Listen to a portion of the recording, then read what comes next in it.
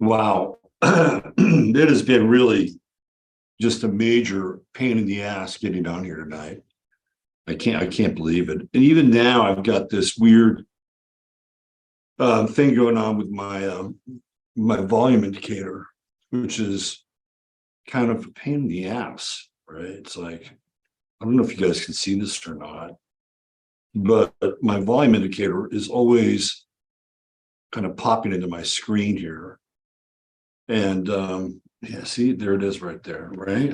It's like, I've been struggling with my computer for the last hour, and I do have a new one just sitting there waiting for me to program it. And I also have the new camera set up. So I think that's going to be pertinent this week. Anyway, thank you for being here. And I don't know, can you see that? Can you guys see that volume thing? Is like that on your screen? Let me just check in with you on chat. Can you guys see the volume image on my screen? Everybody's saying hi. I need a little feedback. Can you guys see my my volume image on my screen? People's faith in technology is it's a shotgun marriage at best. No, thank you. Appreciate that, Michael. Yeah, I mean, people's faith in technology is a shotgun marriage at best. And now I just have to make sure that I don't get distracted by this whole. Is that a pretty image in the background there? Isn't that like super heartlandy? Harvest Moony. I got my red plaid on, my red denim on tonight. I'm kind of feeling seasonal. I'm feeling seasonal. So the whole relationship with the how do I say this, with YouTube, YT, that's been interesting. We've had some significant limitations. The shows have not been posted as just regular shows. So if you want to go back and find the last couple shows on this channel, you actually have to go into live videos in order to access Friday's show, and then even after tonight. So tonight's show will be on there as well. So, and I think maybe even last Sunday night's show, quite possibly. Anyway, I got some cosmetic work to do to those shows. So I'll be working on those tonight after we all say goodnight, and hopefully I'll get a good night's sleep and wake up tomorrow to face a rapidly changing world around us, which we're going to get into tonight, because there is a hell of a lot going on. Dealing with the reverberations of the eclipse. And it took about a week, but FTX, hundreds of billions of dollars, just gone. And the guy who set up FTX, Sam Bankman. It's always interesting how we have these names come up from time to time, like Bernie Madoff and Sam Bankman. So we're going to take a look at Sam Bankman's chart tonight, and we're going to try to understand what the repercussions are of this. This was not your kind of normal mom and pop exchange. This was a highly publicized, heavily leveraged celebrity exchange. The Miami Heat, who are a basketball team that play in the NBA, had acquired the naming rights to their facility where they play hoops, and it was FTX Coliseum, right? And as soon as FTX went belly up, the Miami Heat said, "Okay, we're done with this." So what happened is that FTX actually, they pay for that, so they go to the Heat. Well, they had no money to pay for their ongoing relationship with the Heat, and did the Heat want to take the Heat? No, I don't think so. So another person who was heavily involved in FTX is Tom Brady, and somehow this has been probably one of the worst years of Tom Brady's life. I'm telling you, man, the guy should have gotten off the Express, done the Saturn opposition, losing his wife, right? So he can continue to play a children's game, which appears to me to be more rigged than less rigged, fixed. Same with the NBA, by the way. So now he's going to do that, or who knows? I mean, maybe Brady's got some deal that he's made on the side that he has to be able to fulfill. But he was also a really big person with FTX. It was all Florida-based, Bahamas-based. And when you peel back the curtain of FTX, you can really see sort of the very deep, dark contagion of crypto and backdoors and putting exchanges in the hands, basically, of psychopaths who are bred for the job, because that's what it feels like with Sam Bankman-Fried, or Fried, or however you say his last name. And then drugs also play a huge role in this story. There are plenty of like Instagram clips or snippets of his girlfriend talking about how great meth life is. Look, if you're smart and you have an active mind, meth it's a fucking wonder drug. Not that I was ever a huge tweaker, but there were a few moments in the 90s when I got in trouble because I thought I knew my limits, and I didn't really know what those limits were till I found out how damaging doing something like that could be to my body and my relationships. But I'll tell you, man, first couple times, and you get cooking on the Greyhound turbocharged express in your brain, and you start clicking and connecting dots on basically on bathtub made rocket fuel. Oh yeah, all of a sudden shit starts to make a lot of sense, right? I mean, it's the worst thing that anybody who has a very active mind and has the ability to connect pieces of abstract data, one of the worst things that you could do, because all of a sudden it just goes.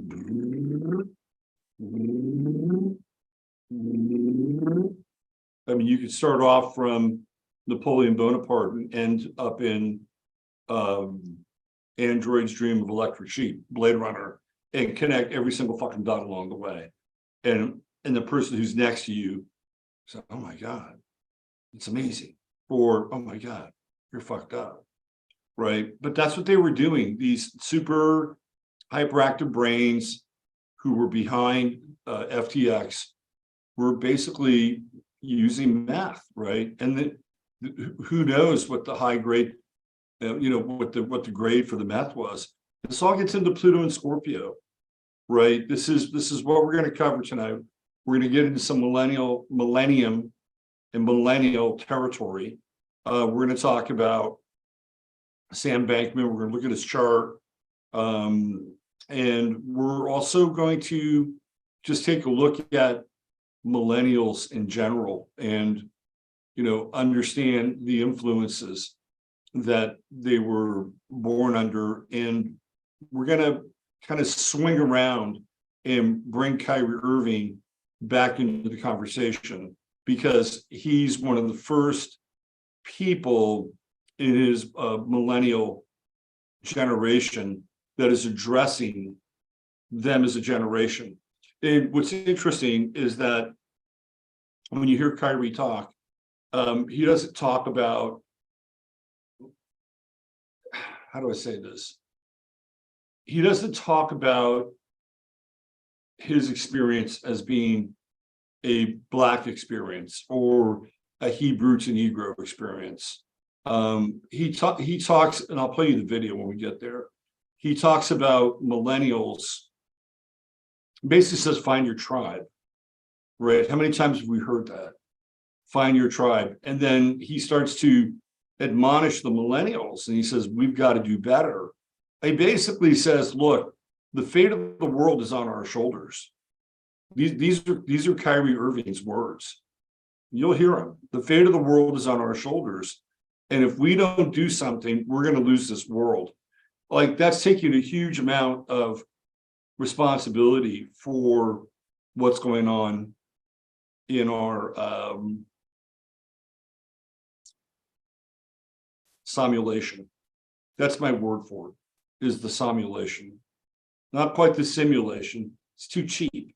But the simulation, where you wake up out of the dream and you find out what the dream is comprised of, or you find out that there are some very interesting folds and fabrics inside the dream itself.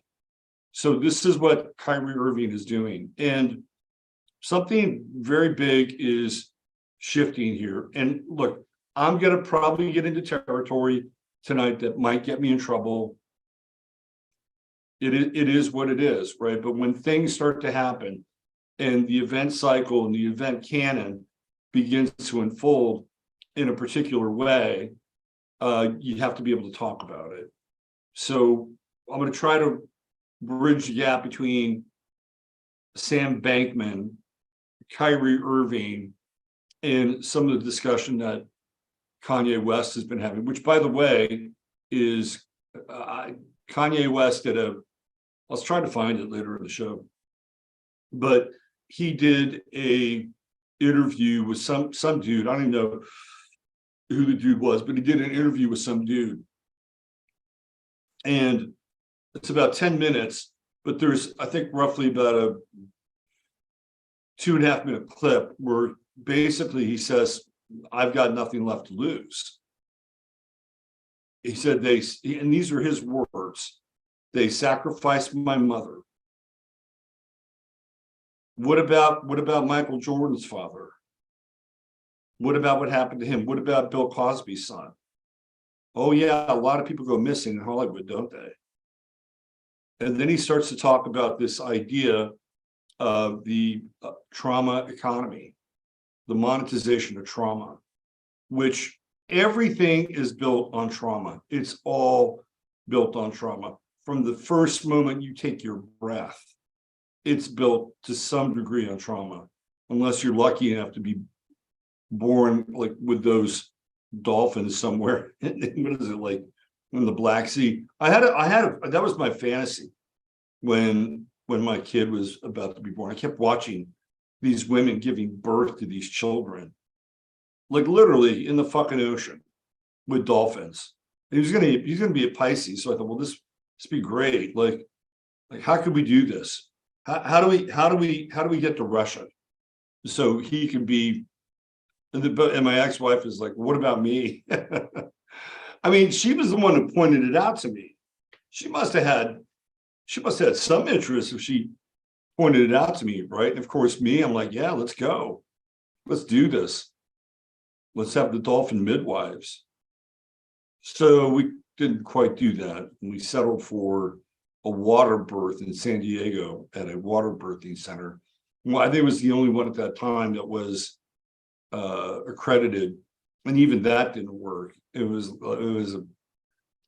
like the best laid plans always sort of go asunder. I don't want to get into the details too much, but we actually had to go to like a straight hospital. The straight hospital thing was amazing. Like, and if I could have, because I had everything like laid out, right? I had like a fucking 5-hour playlist of tunes. We're there at this birthing center, this water.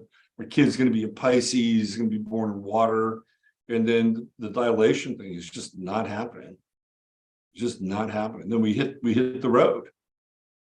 And it's so fascinating, like just the little snippets of randomness that happen in life sometimes. I mean, just really interesting stuff. So they're talking about, well, where should we send them? Right. I'm listening to the conversation. And they said, well, what about such and such hospital? No, so and so is on call there. He's a cutter. Right. That's the word that they used. He's a cutter, meaning that he's going to advocate to have a cesarean. Right. Well, what about this hospital? Oh, yeah.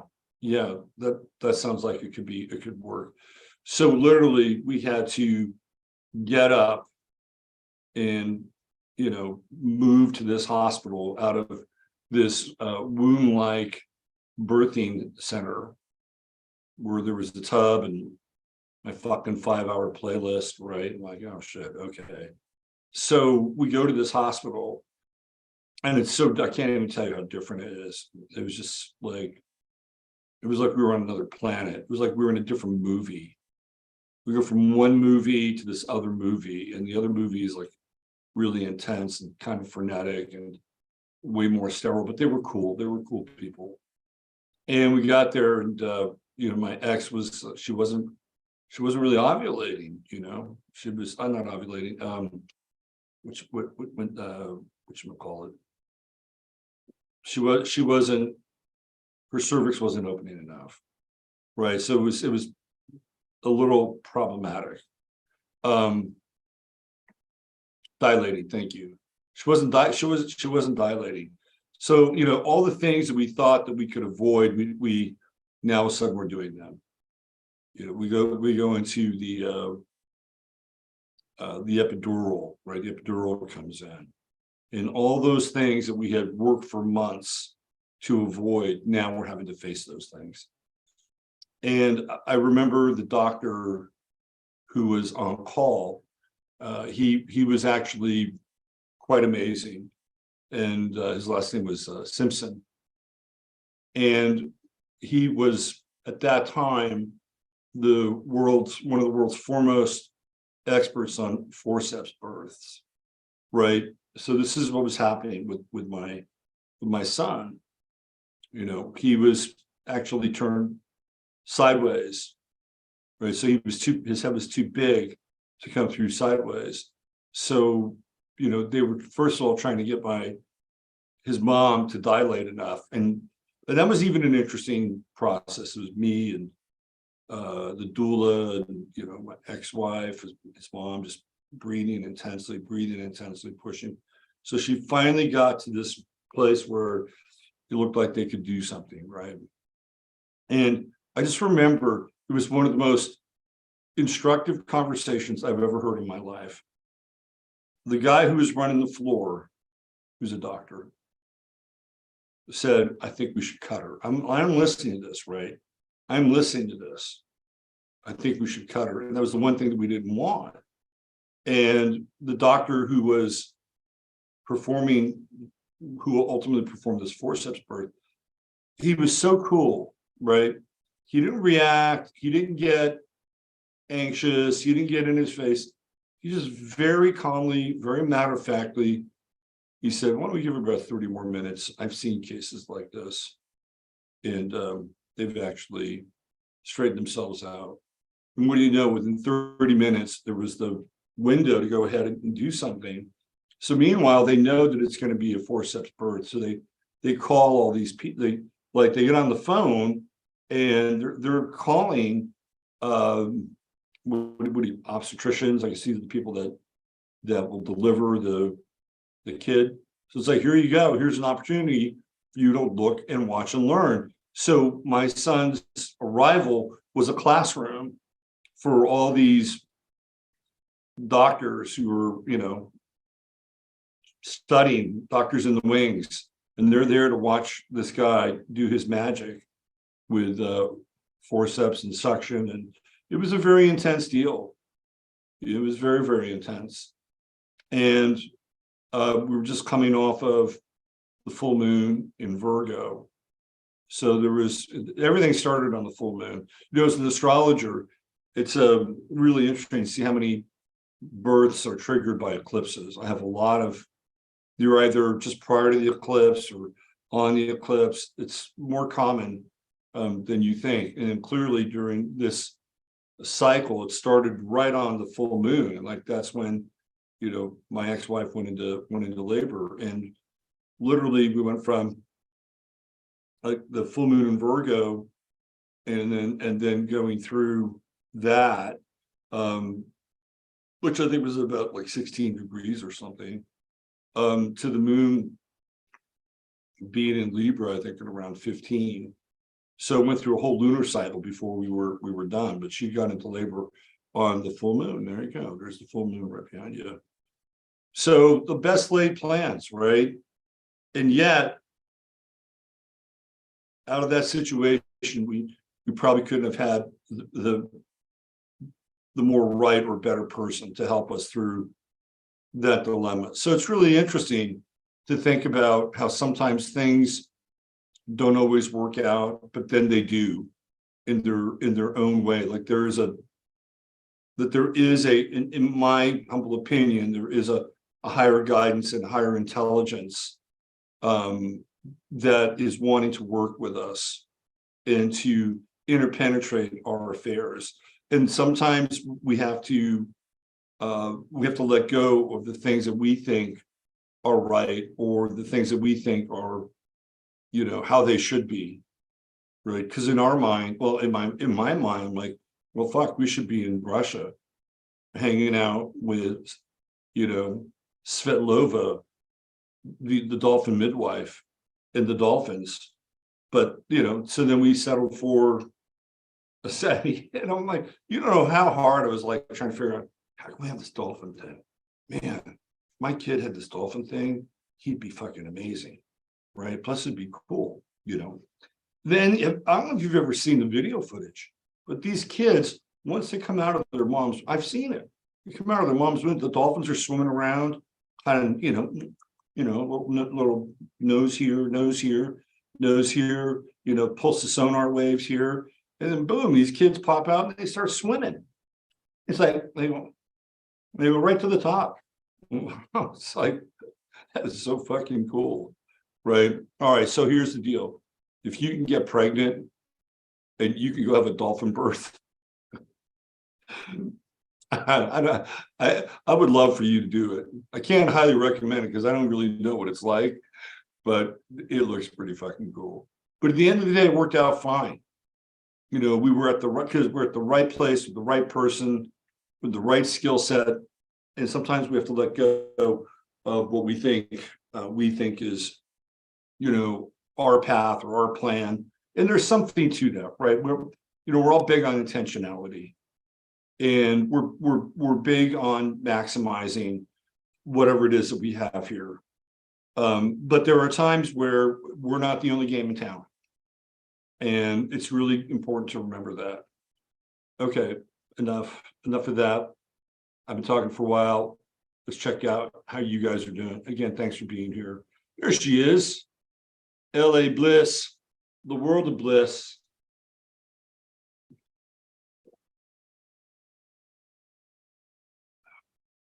Lisa Chambliss.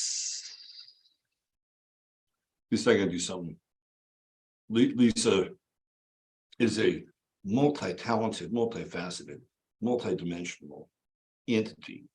And she's got these acting skits, and I guess I invited myself into one. I got invited. So she's going to bring me into one of her acting skits. All right, let's see who else. There's my man, Tom Jordan. What's going on? Tomas, thanks for being here. Kato in the house. Susie Gemini. KZ Gypsy Muse. What's happening, KZ Gypsy Muse? There she is, Wendy Eater. Wendy, we're gonna do a little moment at the end of the show to recognize your daughter Rachel. Tom provided me with a clip of a tango that she performed incredibly well. So we're gonna end on that tango video tonight. And it'd be really great. So looking forward to you. There she is, Shirley Losciavo, checking in from Maryland. Great to see you at the event. There's my man Ryan. What's going on, Ryan? There she is, Witchy Poo, the lovely and talented Joan S. She kind of stole the show on Friday, I have to say. Nish had very nice things to say about her eyes. Let's see, JJ Rain de Blanc. That has a nice ring to it. Wise River, love your Harvest Moon background. You know, I thought it was a good background tonight. I'm feeling Midwesty tonight. I'm feeling the heartland. I'm feeling the people tonight. That's what I'm feeling.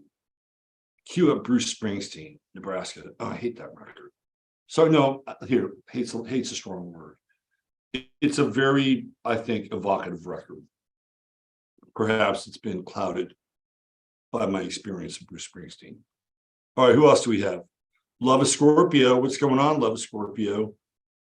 There's Fantastic. How you doing, Fran? Good to see you. LMN is here. Provocateur Astrology. We all need some martinis after the. Is the last election over? I think it's still going, right? I mean, Jesus, pardon me, Jesus, as I take your name in vain. What another clusterfuck of an election. You would think. So I'm going to try to get into that a little bit tonight, because there's a thing going on now with Trump. That Mars retrograde, like crossing over his sun, bringing up all this conflict, right? With Ron DeSantis, people inside the Republican Party. Apparently, he kind of went after Candace Owens, who's been an advocate of his. So there's a lot going on with, like, breaking down Trump world, MAGA world, GOP world, DeSantis world. You know, breaking it down, like you know, fracturing the base, because that's what they're trying to do.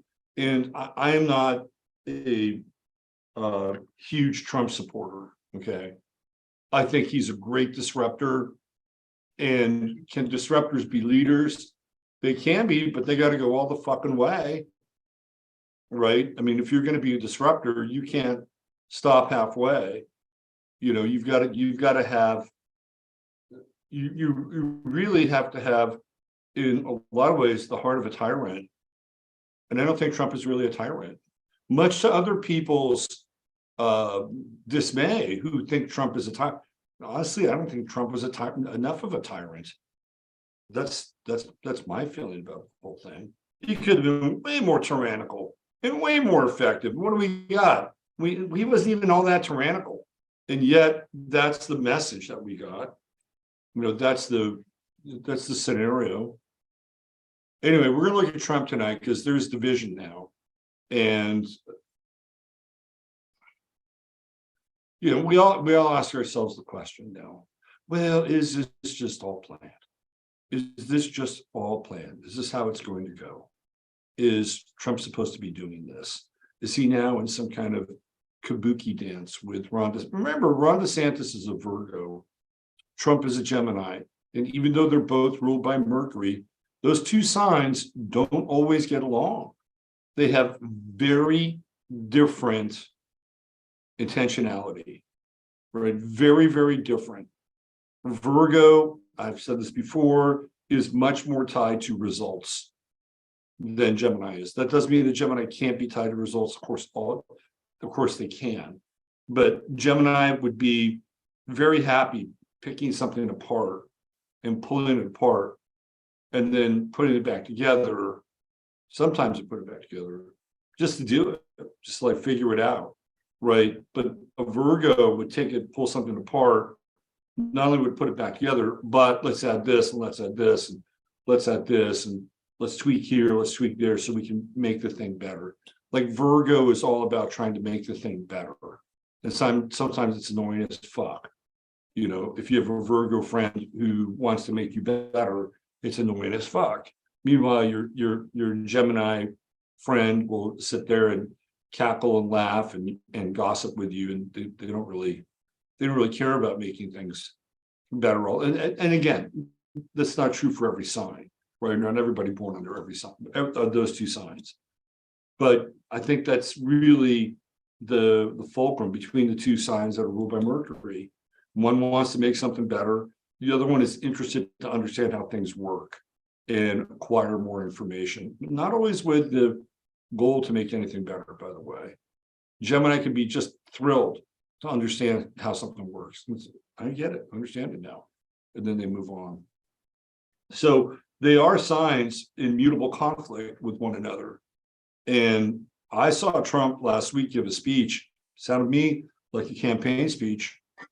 Like that's what he's doing. He's on the campaign trail now. And there are people inside of the Republican Party that are going to try to distance himself from Trump. And Trump's got some issues.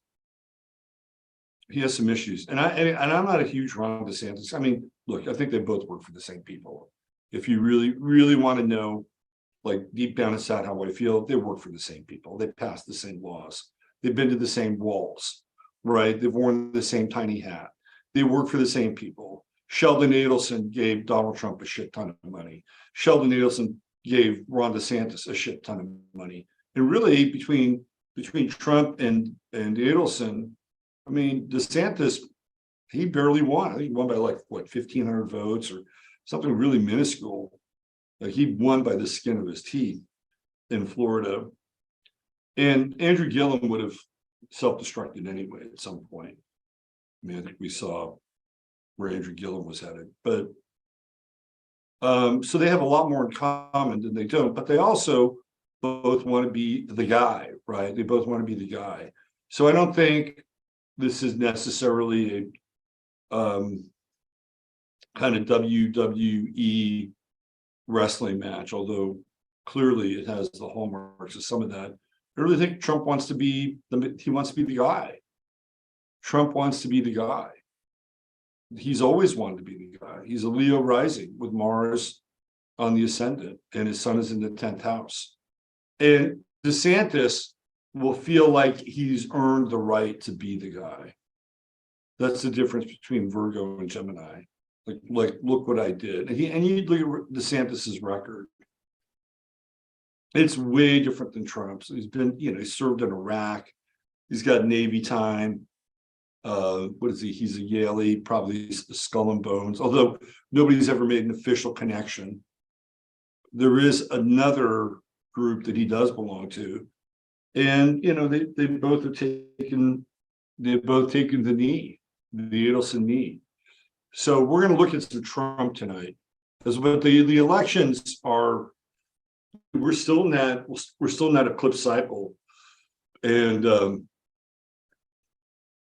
I don't know where we are with Arizona. I don't know what's going on with this guy Adam Laxalt in Nevada. I don't follow these things.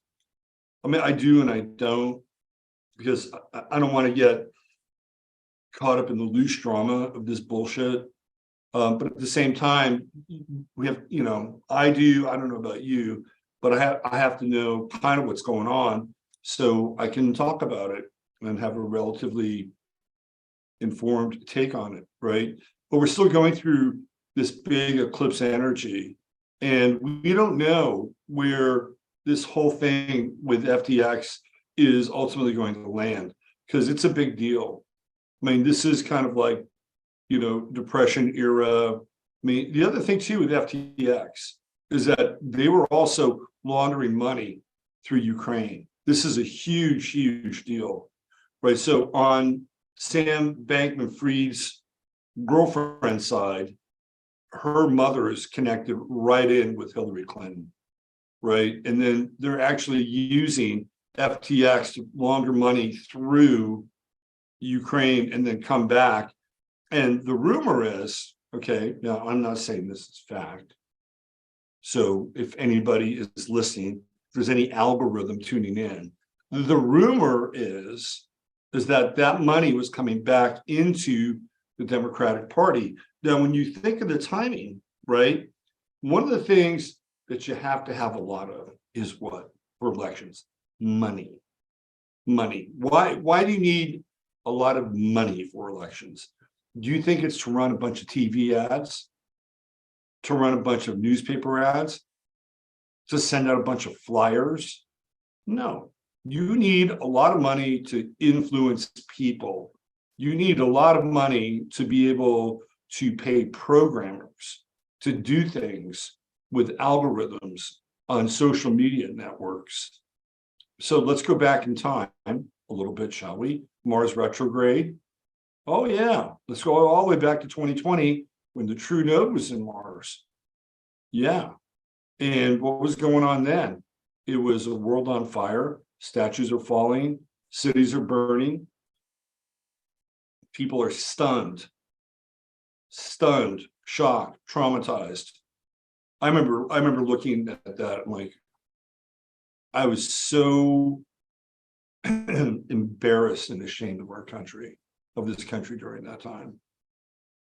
It was, and I tried, of course it's my job, right? I had to look at that shit and somehow transmute that, because that's what I was doing every single day, was, doing my best to transmute the idiocy of the fucking world that we were living in. And so we're already dealing with the carjack and, the banana bandana, right? We were dealing with all of that shit already. And then now on top of that, it's the revolution will be televised. Gil Scott-Heron was wrong. The revolution will be televised. And that was hard to watch. That was really, really, really, really hard to watch. And, we went through that during that time. So what happened? You had all these companies create all this money for who? Black Lives Matter. Black Lives Matter got so much fucking money during that time. Hundreds and millions of dollars. I would say Black Lives Matter, the real figure, we'll probably never know, but I'd say probably somewhere between $500 million to $1 billion. That's how much money they were able to pull together. And then what happened? It got sent over to Share Blue, right? Which was basically one of the fundraising arms for the Democratic Party. So you could see what was going on at that time. You can see that it was literally Black Lives Matter was getting blood money. They were getting blood money. By the way, there's no bad pun intended there. Blood money, meaning that they were receiving remuneration for their cause to bring justice to Black lives, right? And if you didn't do that, then what would happen? You'd be held accountable. You'd be pointed out. You would say, well, how come you didn't give? Are you part of the problem? So all these businesses, all these corporations, they wanted to make sure that they were on the right side of history, even though it was really the wrong side of history. They wanted to make sure they're on the right side, no matter how temporary it was. Oh yeah, count me in. Throw me down for a big fat donation. Is it nonprofit? No good. It's tax deductible. Even better, right? So then what happened with all that money? They go to pay for TV ads, radio ads, little blowout cards. Probably went to a lot of other people. A lot of other people and a lot of other operations that helped grease some wheels, right? It was all right before the election. All right before the election. Interesting, huh? So then we have this thing with FTX. What are we up to now? Is it $3 billion? I mean, huge amounts of money. And then there's a paper chain, FTX to Ukraine, back to the US, right? Where's it going? It's coming back into coffers that are going to do what? They're going to use that money so that they can have candidates that will be elected and help further that process along. Gee, isn't that interesting? Now we have another. So whenever you see these things happen, these major kinds of moments in time, almost always you'll find the economic X factor that's like lined up right next to it. You go back to 9/11, and they had, was it $6 trillion that was missing from the Pentagon? What did they announce that the day before 9/11 happened? $6 trillion. So I wonder where that money went. Who used that money? What was it used for? So you can see, right? It's like, well, we need money to fund something here. Why don't we go ahead and figure out how we can do this? And then they set it up. And so the idea now is that the question is, was FTX set up specifically for something like this? And you would have to be,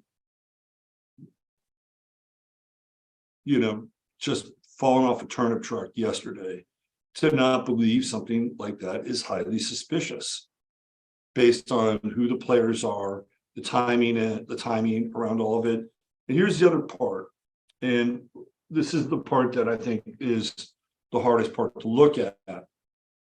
And I talked about this on Friday, is that the truth paste is out of the tube. And so when you have somebody like Kanye West, then you have somebody like Kyrie Irving, more on the Kanye West side. And there's this ongoing dialogue now about power in our society. And you look at somebody like Sam Bankman and who his parents are, right? They're from Stanford, and, unfortunately they fit a similar profile. And here we are, we're having the conversation again. So this is a big part of where we are right now. And we're not going to be able to not talk about these things moving forward. Like, the cat is out of the proverbial bag. And I think we should be able to do that. And it with Kanye, it's cost him, I don't know. He was worth $1 billion, now he's worth 400 million. And who knows what happens after that. But maybe this is where the millennials will come into play. Maybe this is where the millennials will stand up. And because we're going to talk about that tonight and their astrological influence on society. Okay, let's see, who else do we have here? Never trust a bankman. I know, right? Don't forget Larry Fink. That's another one of those names. You can't make this shit up, right? It's like, that's the synchromysticism, of this whole thing that we're in. Larry Fink runs BlackRock. I mean, it's amazing, right? Amazing. Madoff, Fink, and Bankman.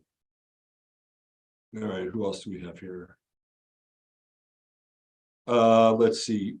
Haven't been getting my usual live reminders. Will, that's because we're in a different zone right now. We're having to use this other channel.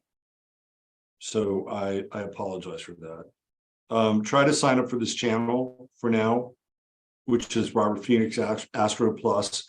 You can hit subscribe, you can hit the thumbs up, and until my penance has been served and I can return to the other channel, we'll have to hang out here for a little while longer. All right, let's see who else we have. Love the background. Thank you, Lisa. Appreciate that. Let's see. Well, I actually feel for Tom Brady. I feel bad for Tom Brady. All that physical pain and your money got flushed with FTX.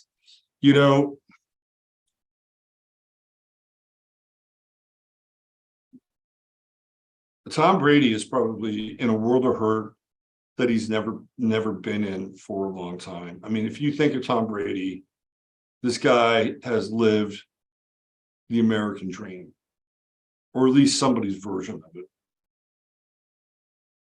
First of all, Tom Brady's a Leo, right? So there you go. That says something right there. He's a Leo.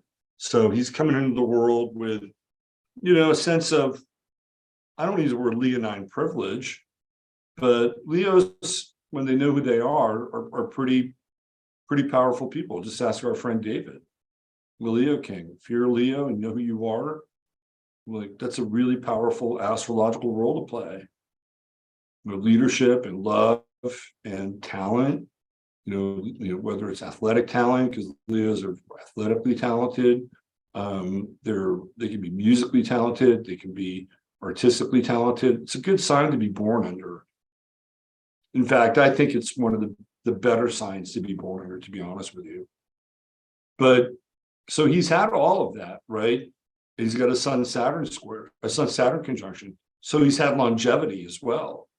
Not just being a Leo, but being a Leo and being good at it for a long time and getting, 9 Super Bowl rings? I mean, who does that? And I think he's got more rings than any other athlete that's ever played any major sport, even including Michael Jordan, who's the opposite sign, by the way, in Aquarius. And then what does he do? He marries a supermodel. So just add all that up. 9 Super Bowl rings, incredibly rich, popular teammate, marries a supermodel. The guy, literally has had everything. Like if you were in sort of the athletic dream life world, when you were a kid and you were sitting around, maybe when you're 15 or 16, there's a picture of, I don't know, Cheryl Teagues or Farrah Fawcett or whatever on your wall. You were athletically, that would be a vision of the ideal life. You would be super good, super popular, super successful. You'd marry a super beautiful woman, and then you'd be able to do it for a long period of time. I mean, if you're living that dream, it doesn't get like, that's a fucking 10. All right. It's a 10. And Tom Brady's biggest challenge was that he stayed too late at the table. He stayed too late at the table. He's like, you ever go to Vegas with somebody who's like just on a roll and you're like, come on, let's go. Come on, you're doing really, really well. Let's go. I'm like, no, man, come on. I feel like I got at least 2 or 3 more really, really big hands of me. And you're looking down like this shit ton of money that this person has. And you've saved enough for gas money and maybe a meal or two. And you're like, come on, let's go. We've been here for almost a day, and you're going to break the bank. And then all of a sudden, that person starts to lose. And then they just go, hold on a second. They just keep doubling down and doubling down and doubling down. And then the next thing you know, I mean, they're still up, but they weren't as up as they were 2 hours ago when you said, hey, come on, let's go. Let's get out of here. Right? He may even throw you a bill. Go play slot machines or whatever. Right? But that's what happened with Tom Brady. He had the Saturn opposition at 44, and he stayed too long at the table. And this is what happens now. The house has taken his money, right? So part of me does feel a little bad for Tom Brady, a little bit, but another part of me is like, dude, you had an opportunity and you probably had a deal with your wife, and the deal was that was going to be your year, and then you went back on your deal. And this is what happens. This is what happens when you go back on deals, right? And like, look at even his relationship with the FTX guy. I mean, literally, they went back on their deal. What was their deal? To provide a solvent solution, to be a wallet, to do, DeFi swaps and all these other things, right? And they went back on their deal. They defaulted to people that aren't even that remotely notable as Tom Brady. So he stayed too long at the table. And this is what happens when you stay too long at the table. You got to walk away. And he didn't walk away. So now he's unfortunately reaping the bad hands that come after that. And he's probably not done. I mean, what would be like one of the worst hands he could be dealt? He could get hurt this year. I mean, he could go out and suffer a knee injury and, might wind up playing his last game for the Buccaneers. Could happen that way. I hope it doesn't, but he just stayed too long at the table. That's my That's my 2 cents on Brady. And do we want to see our fellow human? Look, there are some people who say, "Oh yeah, I'd love to see that fucker Tom Brady suffer. You know, fuck him and his perfect wife and his perfect life. Good, good. I'm not that invested in any of that shit. Like, why? There's like there are way bigger issues in the world than hating on Tom Brady. But you stay too long at the table. That's my 2 cents. All right, let's see what else we have here. If you're new to Robert, oh, thanks, Brian. Appreciate that. Dave Saltman's here. He's going to change his name to Sekma Pepe. Why not? You're free to be whoever you want to be. LMM is here. We're glad to have you. And thanks for finding us, Will. Thanks for taking the extra effort. Yes, rigged professional sports. So last year it was really funny. I could tell you who was going to win the NBA championship last year. It was easy. It was easy. Even when they were going through a losing streak, you just knew it was going to be the Golden State Warriors. Well, why? Well, they had the same fucking colors as Ukraine. They had the same colors as Ukraine, and they were called the Warriors, right? And then who won the Super Bowl? The LA Rams. You know, we're Rams, Aries, Warriors, right? And what are their colors? They're the same color as the LA Rams. The same. Oh, what happened? Oh, my lights went out on me. Now I'm like in the dark. So these lights are weird. It's like they go out intermittently. I gotta fix this. It's too dark. Hold on. Give me a second here.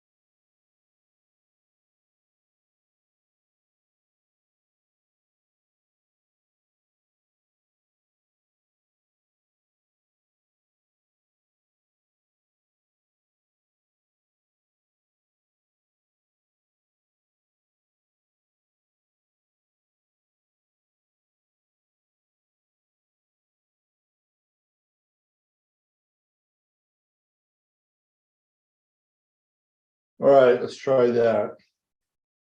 Nothing like a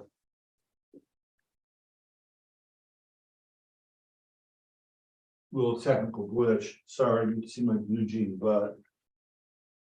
There we go. All right. It's a little better, right? The lights are a little bit different. Gives me kind of a greenish glow. It's like I'm radioactive now. But I'm hoping that this light setting stays on longer. All right. Thanks for your patience. All right, let's get into some astrology. I mean, we have been talking about astrology.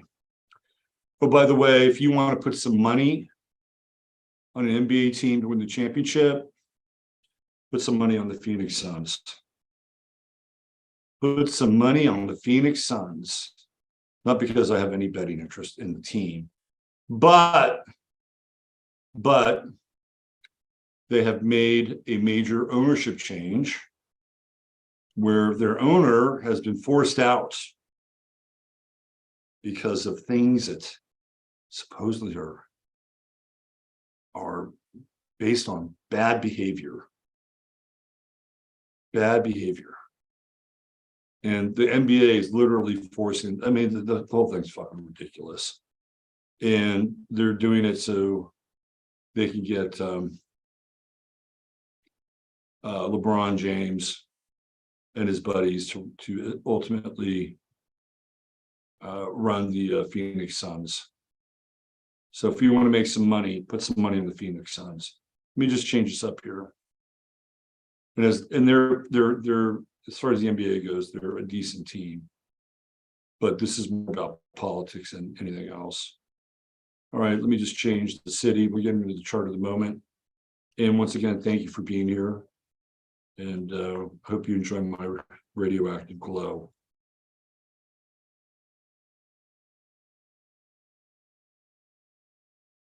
Let's see. All right.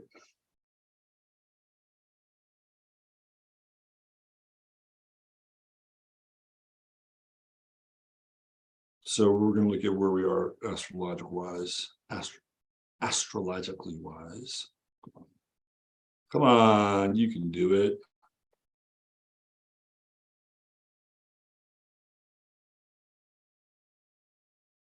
Come on, website. I know you can do it. Yes. Yes. That's how we do it. That's how we do it.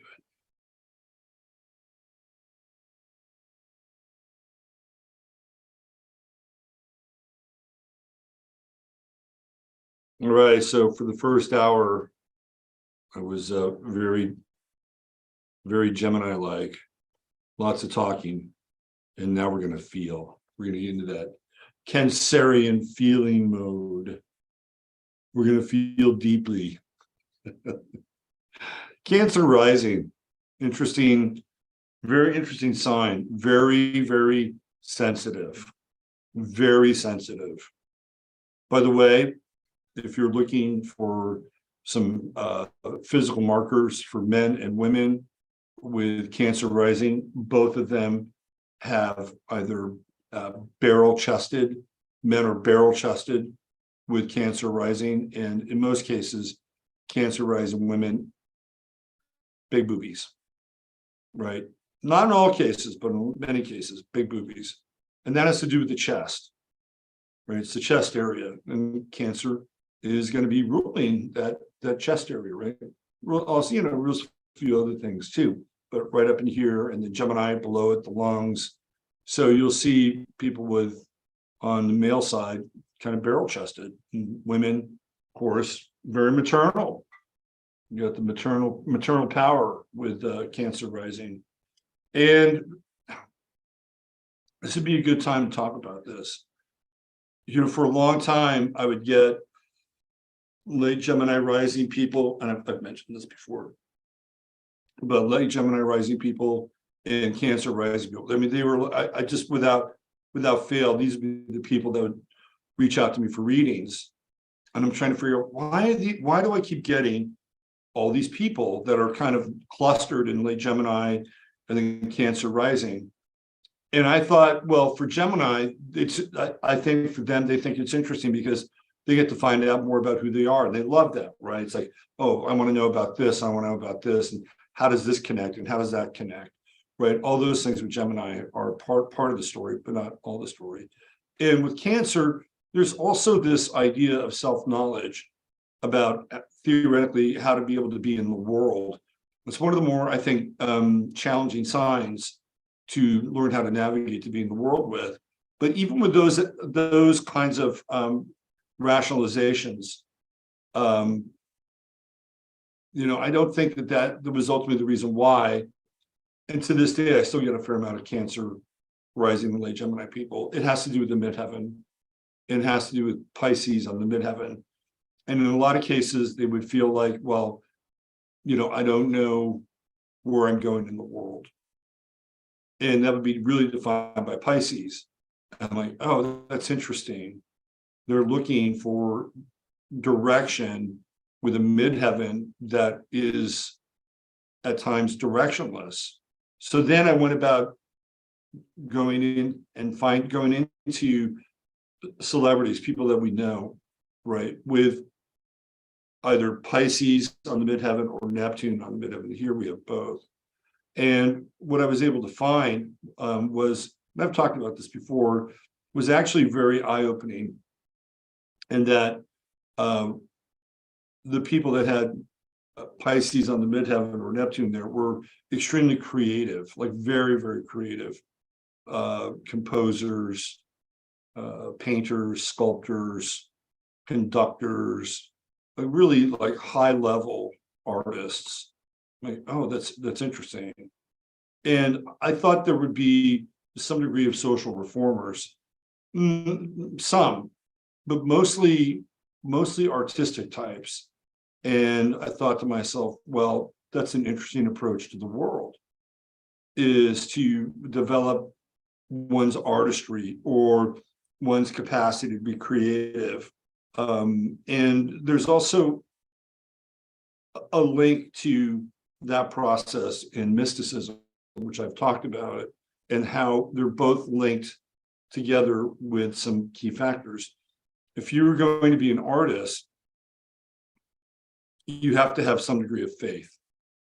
That's important. You have to have some degree of faith that somebody out there somewhere will resonate with your creations.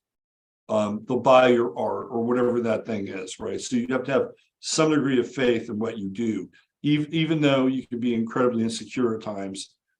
It's those moments of having faith that will get you over the hump and keep you from ultimately getting a permanent 9-to-5 job, whatever those things are. And the same thing could be said for somebody who's living a mystical path. But there we go again. I may as well just do this. I'm just going to do this. I'll be in the twilight here. It's probably better anyway, right? I just got these fucking lights. Now I'm gonna have to send them back. Well, it is what it is, right? It is what it is. Anyway, so we have the faith piece, and the other piece is also related to faith. So, for instance, let's say you're an artist and one of your creations is fucked up, right? So what you're supposed to do with that is like, well, it's not perfect, but it's kind of interesting, and maybe something can come out of this.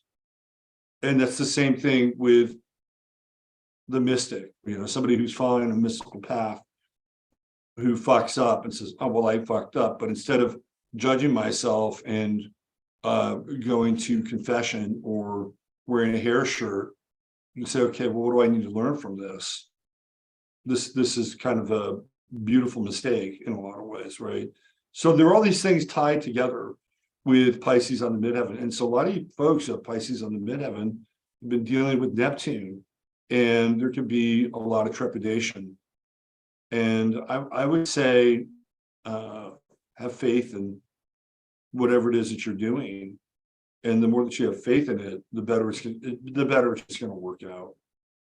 And here we have perhaps maybe too much faith, Jupiter, Neptune, conjunction, retrograde, and we've got this grand trine going on.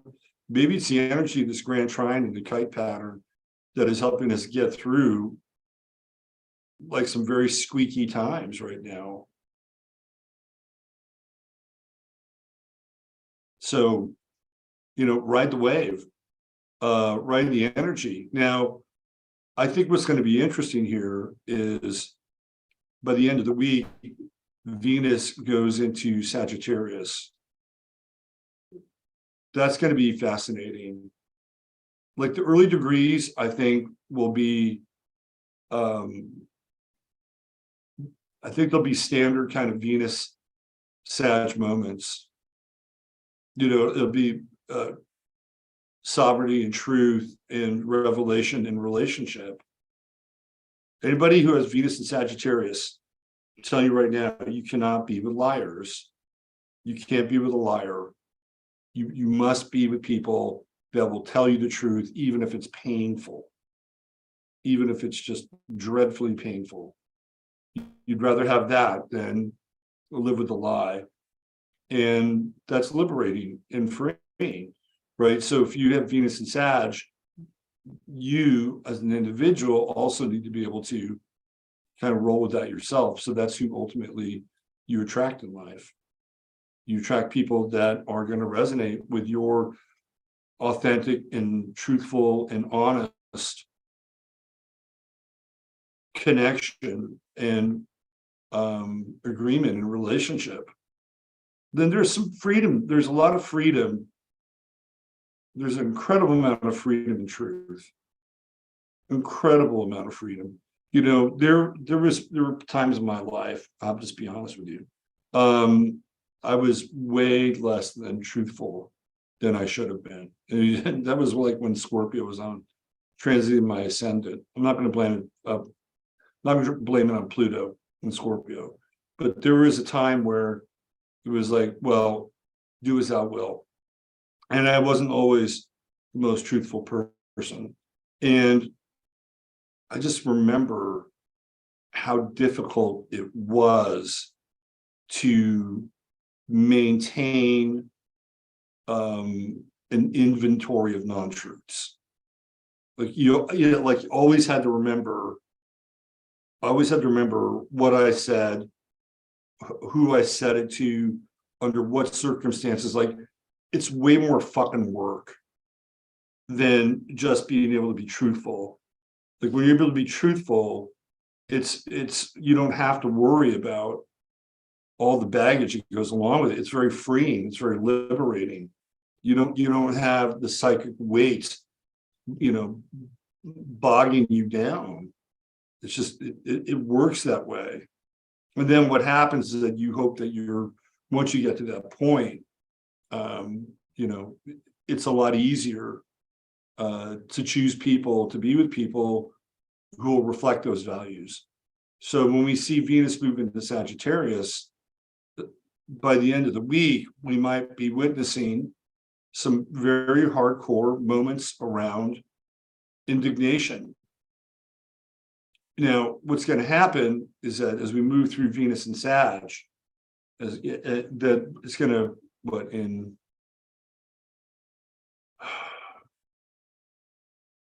3.5 weeks, right, it'll start to sextile with Saturn, and then it'll start to come in and square Neptune. That'll be a very,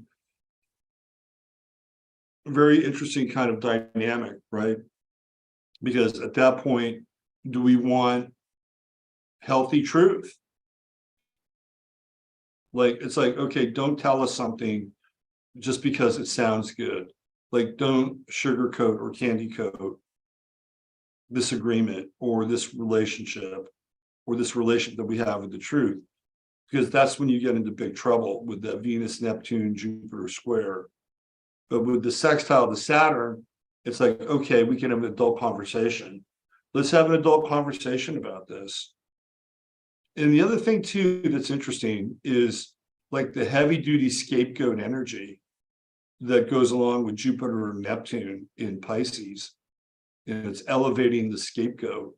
And Mars now is getting closer, right? Last week it was at 25. So it's going to start to pick up some momentum. And we've got a yod. And we talked about that Pluto Mars in conjunct. And it's like, that was this thing we were talking about. Like, what's on the back end here? What is going to be the event that's going to like flip people with some kind of power move? Could it have been the FTX explosion? Possibly. I mean, think about that. Think about the ramifications of this FTX thing, especially when you bring Ukraine and you bring a lot of these, Bankman is on the books for donating a huge sum to the Democratic Party, okay? Huge sum. It's part of the donor record. The guy's in for like millions of dollars to the Democratic Party. There's only about 4 other people that have donated more than he did, and one of them is George Soros. So it's not like we're making anything up. Where did they get that money from? Do you think Sam Bankman took that money and said, "Oh, I feel so moved by my absolute love and passion and fervor for the Democratic Party that I'm going to give them all this money under this super PAC. You think he did that? Yeah. If you think that, then you probably should be watching a different show. I'm just saying. You're always welcome here. Oh, speaking of welcome, look who's here. Are you coming up? Let's go. Come on. It's Jasper, the Astro Cat. It's about time. Shit, I've been on this show now for an hour and a half. Where have you been?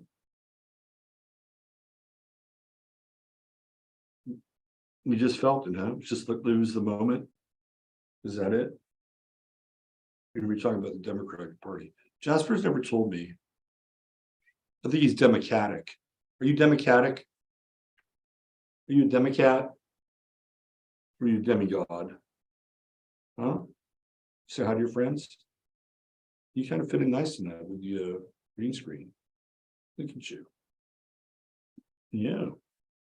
All right. Why don't you sit over here so I can continue my show? But that feels like now we're really getting into the inconjunct energy, aren't we? I mean, here we have Venus. Let's see. Venus is just moving out of it. 2717. So it's Sun, Mercury, Pluto. There's your yod right there. 12th house. We're talking about machinations that are behind the scenes. And Pluto is power, money, influence, right? I mean, I think this is what we were looking at with this Pluto Mars inconjunct. I didn't see it coming with FTX, but I knew there was something behind the scenes. There was some big, howitzer. There was something that they were going to unload, and they probably unloaded it prior to everything that was happening. But this thing is not going to go away. It is not going to go away. Of course, here we have the amplification of the scapegoat symbolism. So when Venus moves into Sagittarius by the end of the week, so it'll be by the end of the week, this is going to get very interesting. Lawsuits. I think Bankman was on his way to Argentina. This is a big deal. It's a bad deal. And I can't wait to watch Karine Jean-Pierre when she starts talking about this thing. It's going to get, watch her do a tap dance when she's up there. There's also some interesting Biden stuff going down right now too. The next few weeks are going to get, especially when Venus goes into Sag, there's going to be these two paths. The one path is going to be the pile on more bullshit, snow job, people looking to be scapegoated, victimized, right? And then we have this Venus coming in and locking in with Saturn and sextiling with it and saying, look, this is really what the score. This is going to be very interesting. Very interesting time. Even right now, we've got these sextiles going on with Mercury and Venus and Pluto. And I feel like really the world is turning. And when we get into the millennium stuff or the millennial stuff, and Kyrie, it feels like the world is turning. And you may not see it, right? You may just see more chaos, more lies, more putrid representation, more infighting, more systems collapse. But the narrative is starting to change. And I think there's some very interesting things happening.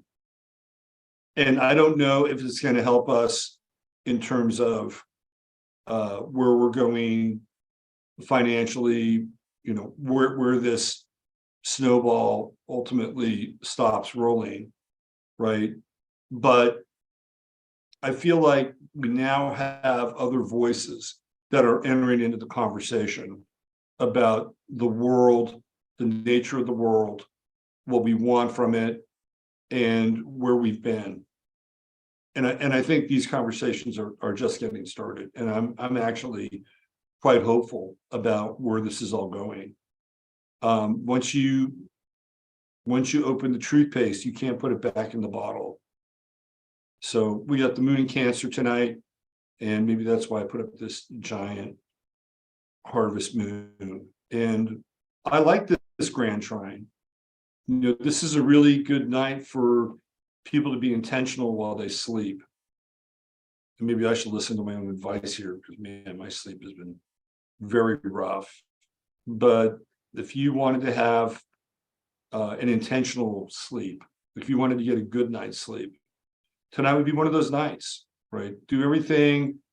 Because the thing about Cancer does dig repetition, right? Cancer likes repetition. Cancer likes to count on something. And I knew this guy when I lived in San Francisco. He always had the same fucking bedtime ritual, always.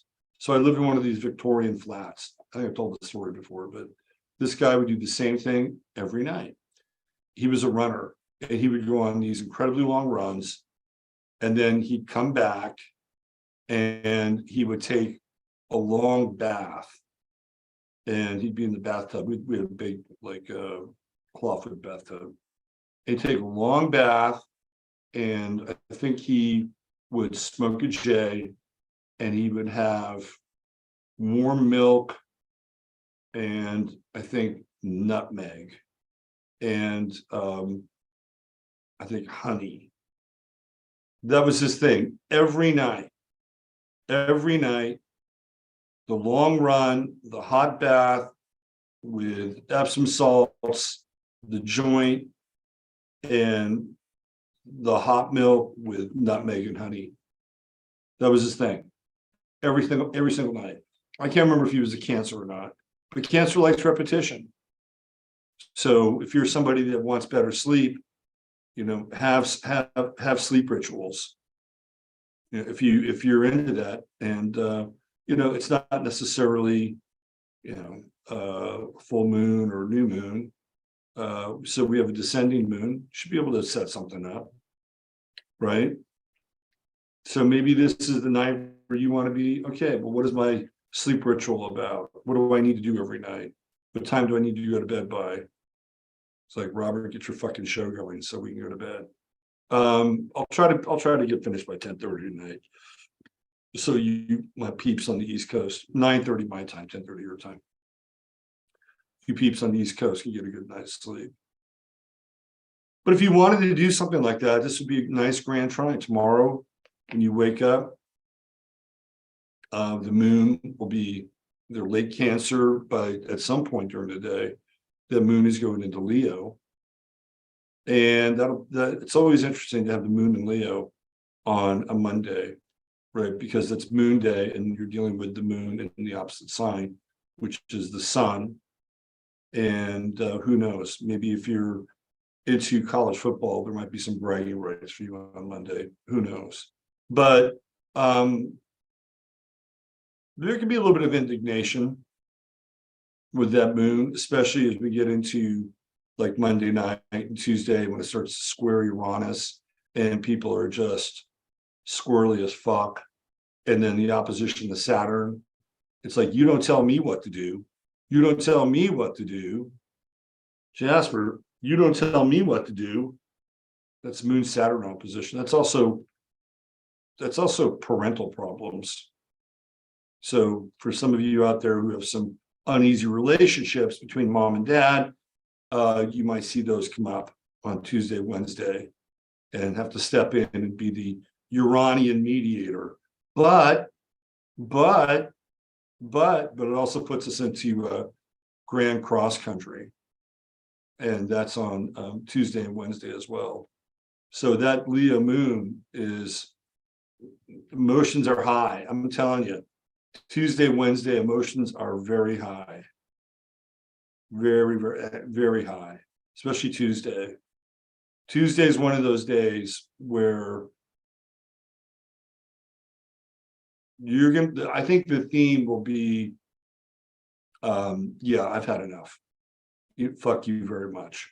That's what I think the theme is. I've had enough. We've had enough. Fuck you very much. And for better or worse, right? For better or worse. And when the moon moves into Leo, especially when we get into Tuesday, late Tuesday, early Wednesday, we get into that sextile with Mars. So quick action is rewarded.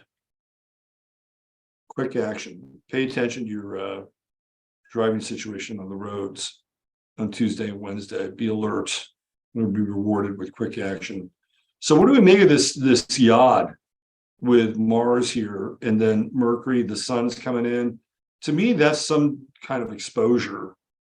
That's some kind of exposure of something going on behind the scenes. I tell you right now, this FTX thing happened over the weekend, but the news cycle this week will be nothing but FTX and Sam Bankman-Fried or whatever his name is, right?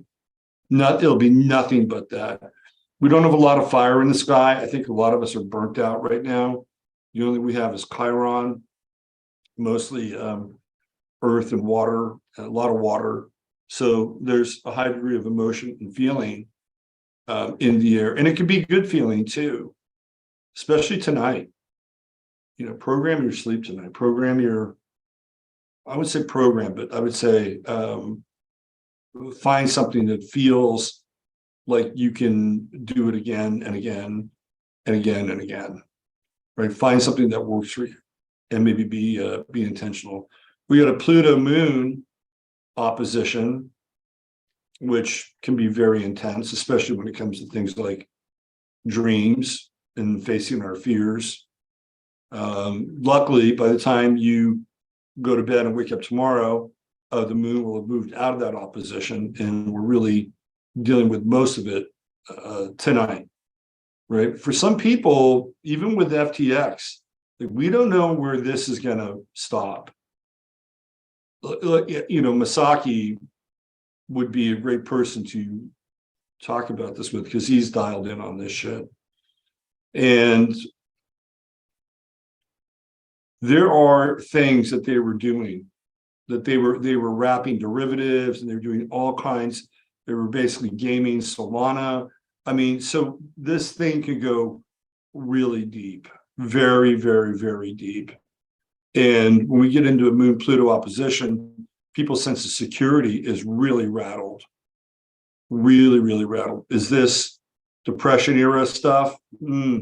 It might be. I mean, you know, I've seen not clips, but screenshots of people who have nothing in their FTX account, and they're asking their kid who's been managing their FTX account, hey, I don't know much about this, but where did all this go? Do you think that those are random? No, there's a lot more. There's a lot more than that. So the next, I think Tuesday, when that moon moves into Leo and starts to get into this grand cross, I think tempers they're popping. Fuses are blowing. People are pissed. They're really pissed. Really pissed. And even something as like decentralized as theoretical crypto now falls into, unfortunately, the same bucket as the bankmen, right? The same bucket as the bankmen. So I like the grand trine, at least for tonight. Get some sleep and figure out what kind of dreams you want to have. And more than that, like, what kind of dream do you want to have in the world as well? This is part of this grand trine right now. What do you want? What do you want? What's important to you? And how do you bring it into your life with less effort? You align with it emotionally. That's what this is all about. It's all about emotional alignment, which I think is great. Don't underestimate the power of the moment. Maybe I'll figure it out next week, or maybe next month. No, you can figure it out tonight if you wanted to. What do you want? How do you align with something emotionally? This is exactly what we're talking about here. So when you go to bed tonight, think about something that is meaningful to you, that you want to bring into your life, that has some resonance, some real resonance, and just sit with it, lay down with it, close your eyes, feel it, affirm and decree it, that this is the thing that I am resonating with, and that I am emotionally, psychically, and spiritually allowing to show up in my life. Whatever that is, if it's a relationship, a place to live, a new job opportunity, extra income, whatever that is. This chart tonight is about flow and about ease.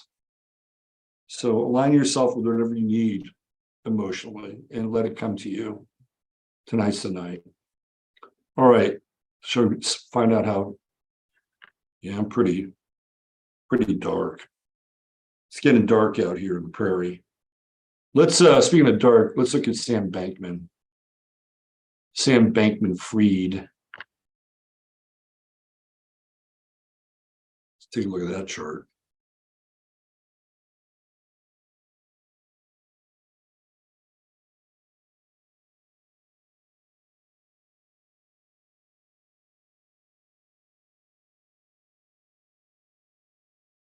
Now, I do not know his birth time.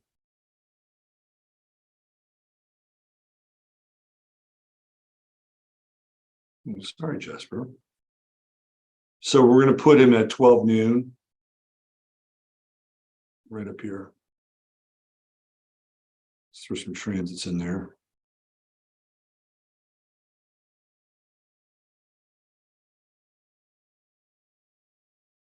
Okay, so here, let me do a quick little, if you guys know what I'm talking about. Let's just do a quick little bio on him. Latest headlines and updates.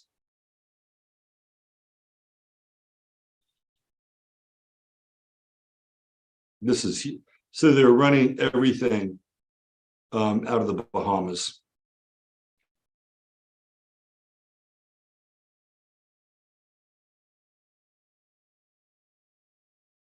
Here, let's do this.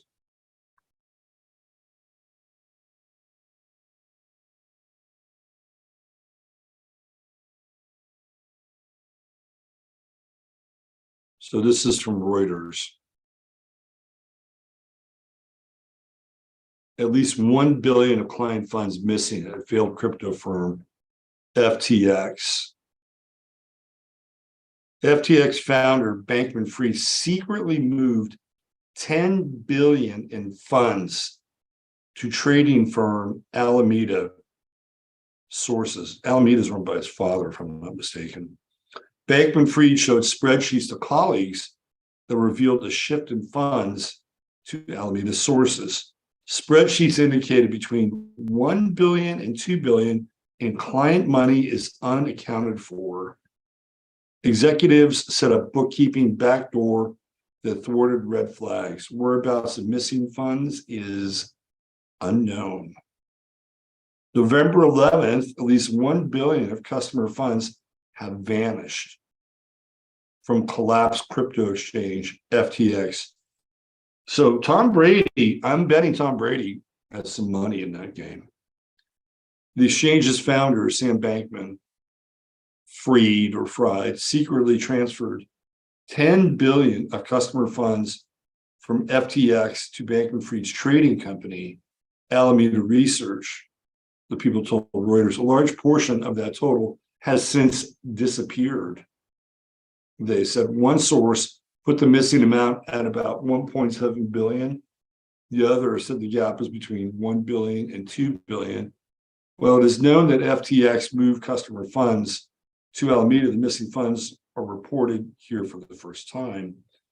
The financial hole was revealed in records that Bankman-Fried shared with other senior executives last Sunday. So that was right on the eclipse moment. This is some South Node and Scorpio shit right here. The records provided an up-to-date account of the situation at the time. They said both sources held senior FTX positions until this week and said they were briefed on the company's finances by top staff. Binance halts FTT deposits. So Binance is shut down. FTX hit by rogue transactions. Analysts saw over 600 million outflows. Shit. So Bahamas-based FTX filed for bankruptcy on Friday after a rush of customer withdrawals earlier this week. A rescue deal with rival exchange Binance fell through, precipitating crypto's highest profile collapse in recent years. In text messages to Reuters, Bankman-Fried said he disagreed with the characterization of the 10 billion transfer. We didn't secretly transfer, he said.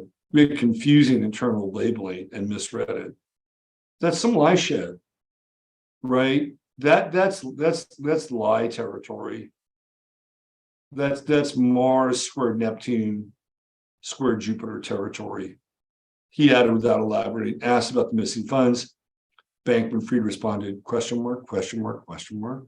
Like he doesn't know that the money's missing. FTX and Alameda did not respond or request to comment. In a tweet on Friday, Bankman-Fried said he was piecing together what had happened at FTX. I was shocked to see things unravel the way they did earlier this week, he wrote.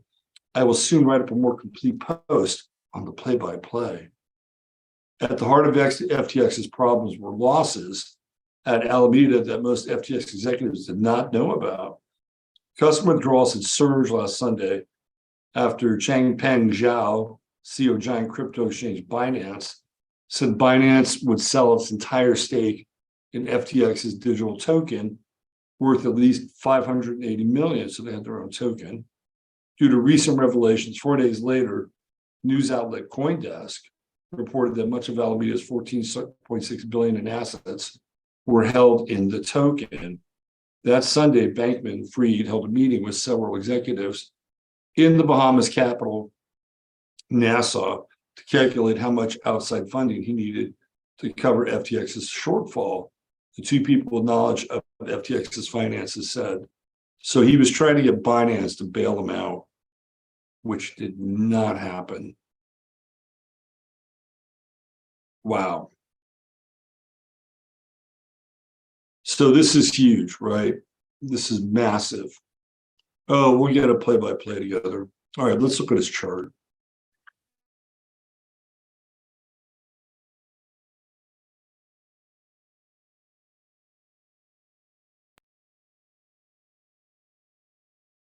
Now, remember, I don't have his birth time, so we're just going to put his sun on the midheaven. So what I find interesting about this chart is in a lot of ways, it's kind of like Kyrie Irving's chart. Well, in some ways, and I'll show you this. Kyrie has Sun, Mercury, and Aries, and he has Venus in Pisces, and he has all this Aquarian stuff going on here. So instead of Venus, we see Sam Bankman has the Sun in Pisces, 1630, with Juno conjunct. So he's always theoretically looking for new opportunities, right? Even though they may be slippery with Pisces. Here we have immediacy. Like this is just now. We're doing new moon, Aries energy. Like just, he's going to do whatever the fuck he wants. Now, the problem with that is oversight. Because here with Neptune, there's no oversight with the Neptune moon square. Right? There's no oversight there whatsoever. So remember our discussions about Neptune squares. The moon represents values, emotional values. And I'm not going to say that people that have moon in Aries are selfish, but they're very self-oriented with their emotional inputs. Like it's people have moon in Aries, they're about getting, what's that Smith song? How Soon Is Now? That's kind of like what it is. Yeah. So it's about immediate gratification with the moon in Aries. Unlike moon in Libra, well, what do you think? What do you think? What would you like for dinner? I'd love to have your input, right? Meanwhile, the person who's moon in Libra knows exactly what they want for dinner or want for an appetizer, but they're trying to play this balance game to be quote unquote fair, right? And neither one is better than the other, but one is going to take into account the other. Now, shit, moon in Libra can be very manipulative. Can be very manipulative. Moon in Aries can be very honest. This is what I want. This is what I'm into, and I'm just gonna go after and get it, right? So there's a plus side and there's a minus side to all these things. But here with the square with Neptune, there's no emotional oversight, right? This is somebody who's used to getting what they want. And if they don't get what they want, they will cut corners.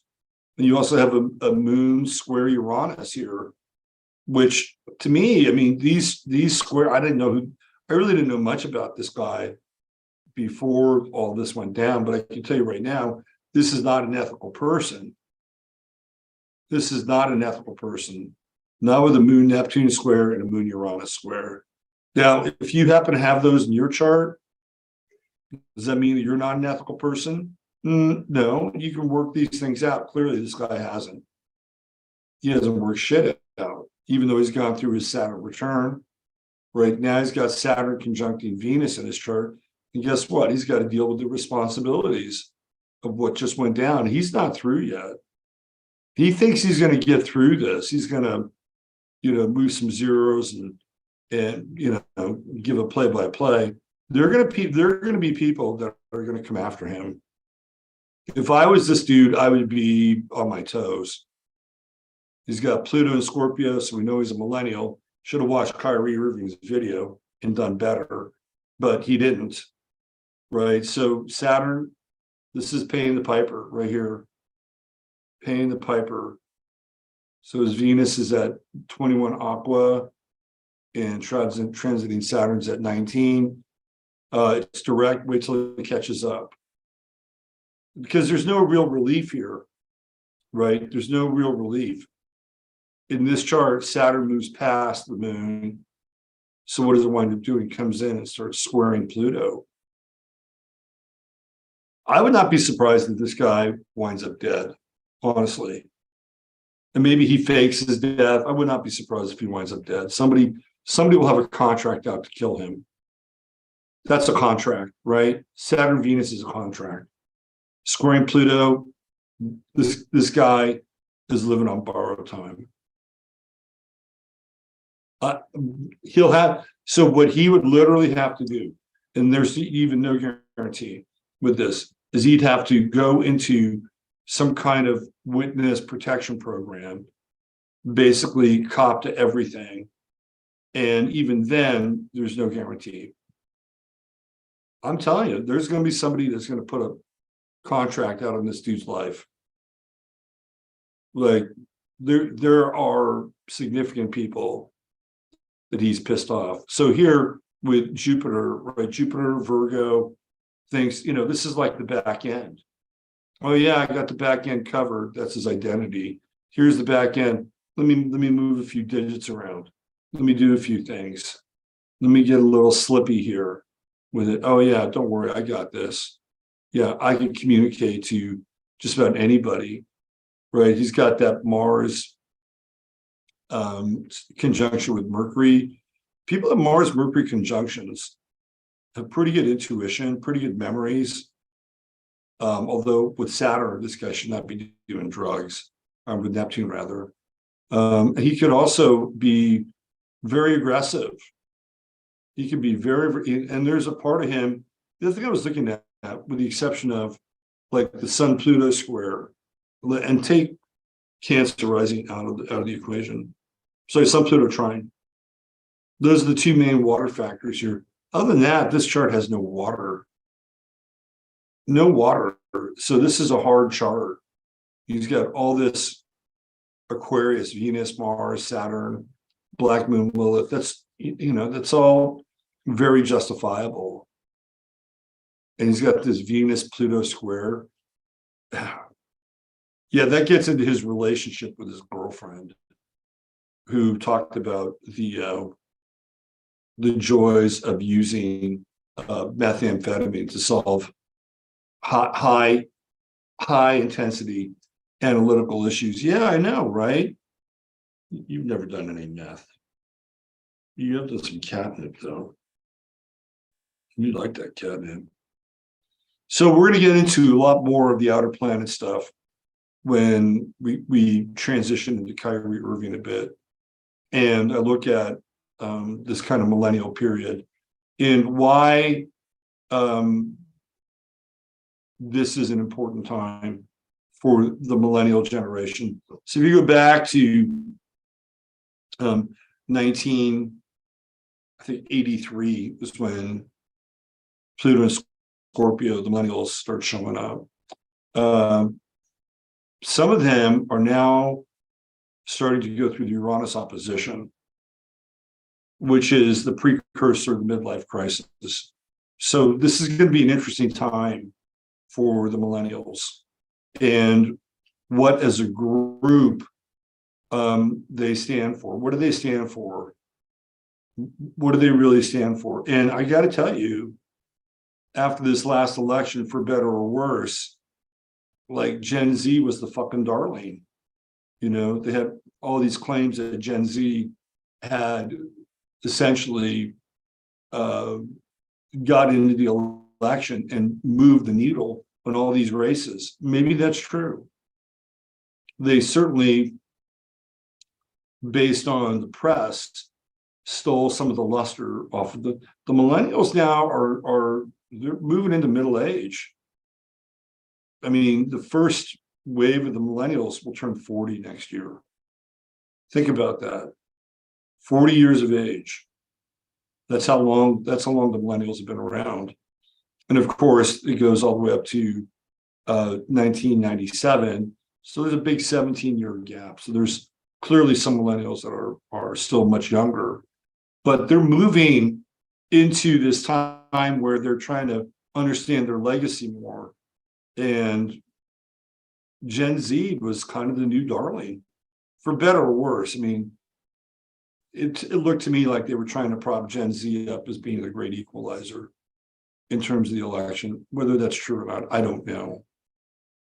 But the millennials now are starting to kind of figure out, like, okay, who are we? What do we stand for? I mean, is this your guy? Is Sam Bankman like going to be representative of your generation, millennials? I sure as fuck hope not. If he is, it's like you're in trouble.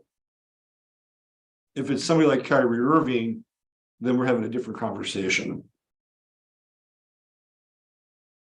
What else do we have here? Chiron. Mars Saturn conjunction. I mean, he could put the work hours in, right? Especially high level data science numbers. This dude could burn the midnight oil. He's got it's a very intense conjunction with Mars Saturn. And then Venus over here doesn't really reconcile itself too well. No oversight. This is somebody who's gotten away with a lot in their life. Let's see if we can find his girlfriend.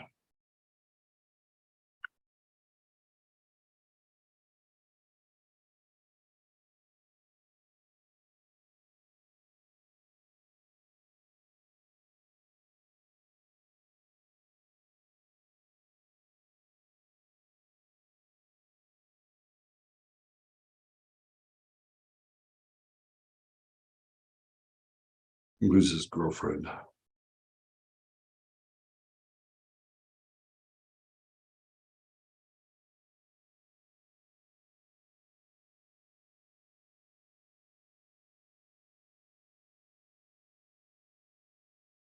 Okay.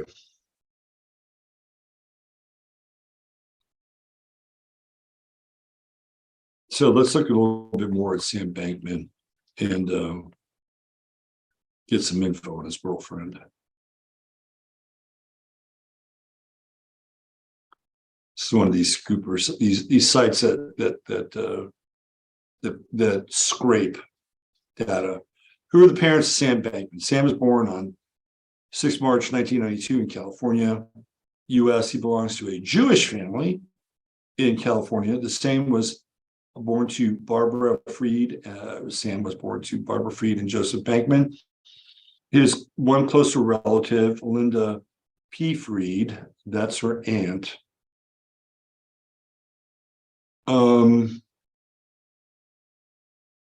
He's the owner of the largest cryptocurrency platform. Sam is listed as one of the top billionaires in the world. Not anymore. His net worth is around 26 billion. Sam got trendy on the internet after a major loss of 14.5 million in a single day. The scenario becomes frightening for the people who invested in FTX.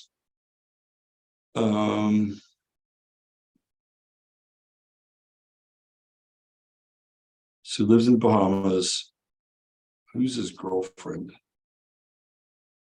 The girlfriend is the one that's, give me a second here.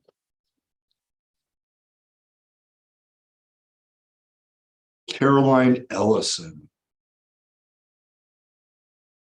Caroline Ellison. Let's get into this a little bit.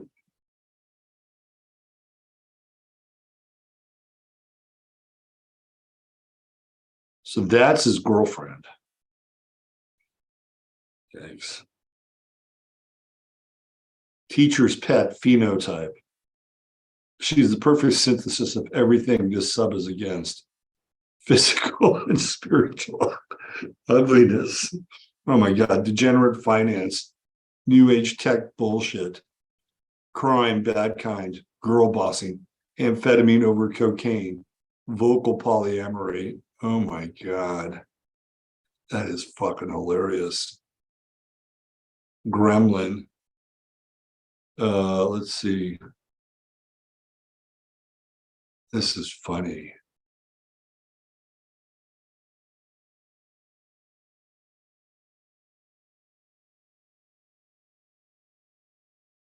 Wasn't this Ayn Rand's deal too? Like, she had a harem of hot younger men because she convinced them they should object to beauty or some shit. More of this demon, please. Oh, there's more. This is funny. No way these people are real. She looks like trans Gargamel. It's funny shit. Which one is this? Let me see. Oh, there's more. Let's see.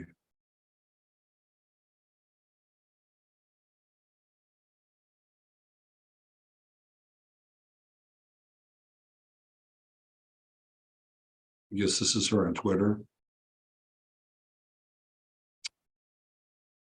Alameda. So she's the CEO of Alameda, which is where Sam brought his money into. I feel like part of me that is interested in HBD is the same part of me that loves personality types and which character are you quizzes. My brain just has a strong impulse to put people into categories. There's a stereotype of racist people that they will like assume any East Asian person speaks Chinese or something. I appreciate that HBD people are the exact opposite of that and will make fun of you for saying something about Indians without specifying province and caste, because come on, the genetic differences there are massive. Word optimization. I see.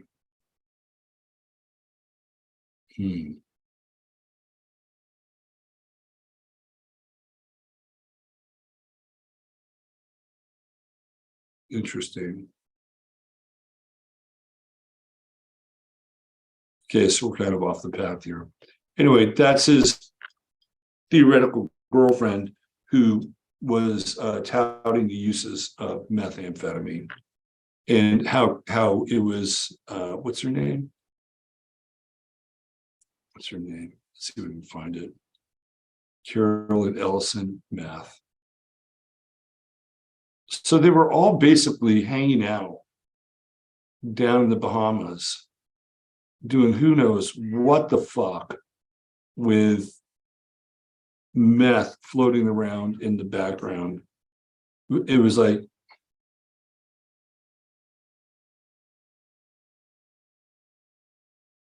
it was basically like him and his Stanford buddies were running this thing out of the Bahamas and had like no fucking oversight whatsoever. No oversight. All right, here's the tweet I'm talking about. Right here.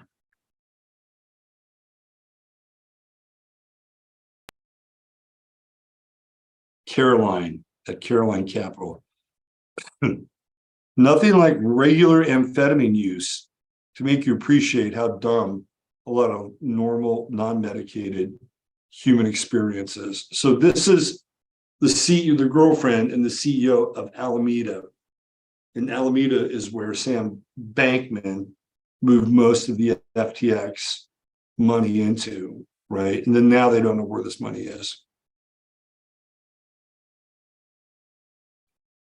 So she's talking about, you're saying maybe possibly it's Adderall or whatever.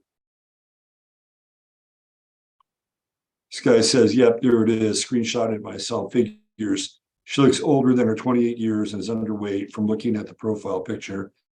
Amphetamine does that to you. I wonder what her dentition looks like.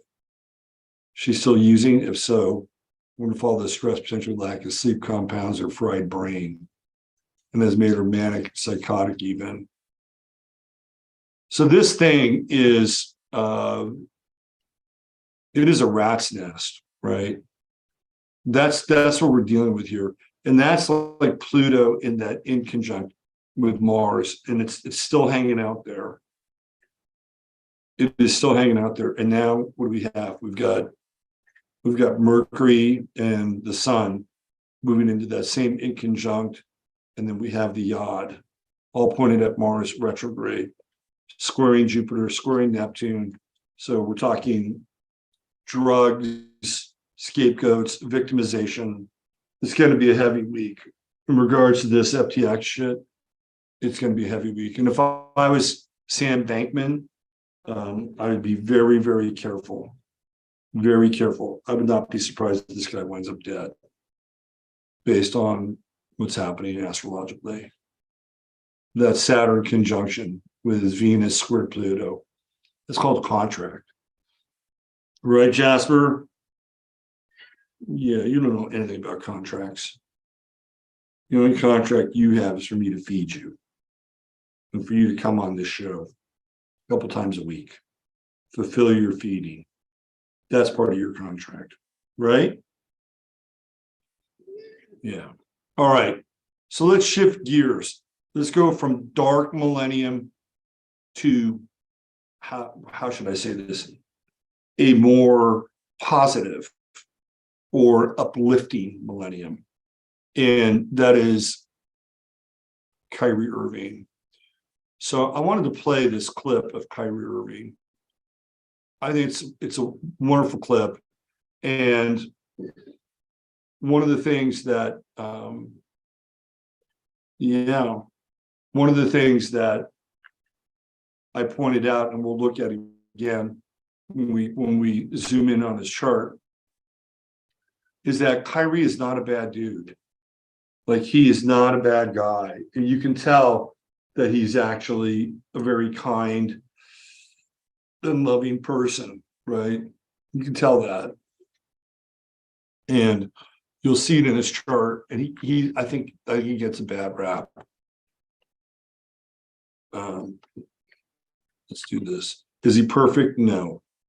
But I'm telling you, this guy is waking up. Let me put my earbuds in here so we can play this. And no, don't eat my earbuds. Stop it.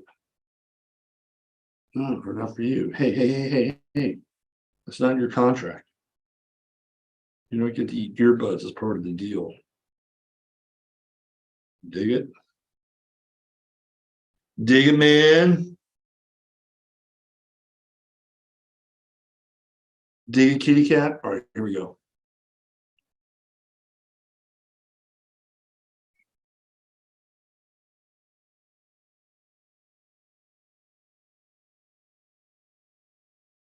That's a long one.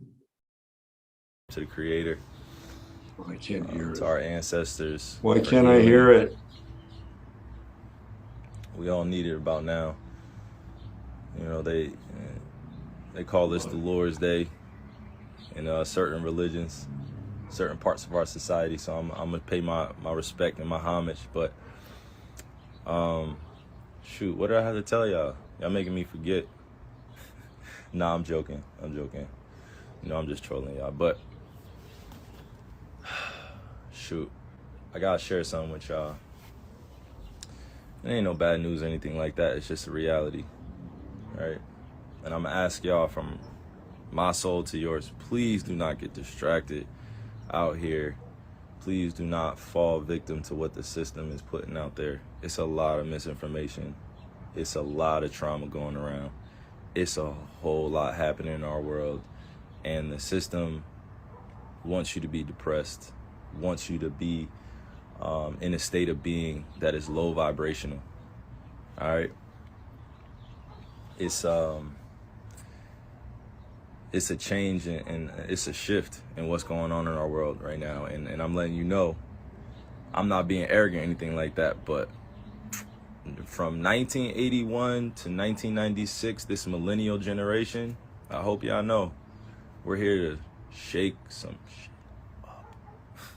We're here to shake some stuff up. But in order to shake some stuff up, right? And the next generation, Gen Z, is going to come right after us, so they're watching us, right? Then you got my kids' generation, which is very young.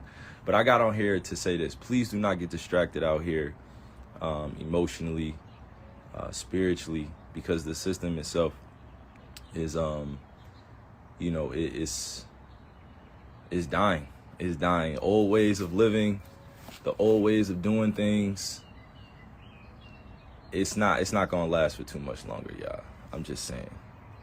And I don't know anything, right? I don't know all the answers to what's going on, but I'm saying this to y'all specifically because it's important that those that understand, that are aligned and what's going on around here, that y'all paying attention, because without us making a change right now and shifting our consciousness, our kids they're gonna fall victim to this system too. And the system I'm talking about it's a myriad of objective topics that we follow since we were kids, which is sex, love, relationships, religion, culture, class, finance, entertainment, media, you know, social platforms at this point. Please do not fall victim to these things that are being manipulated and controlled. Please do not.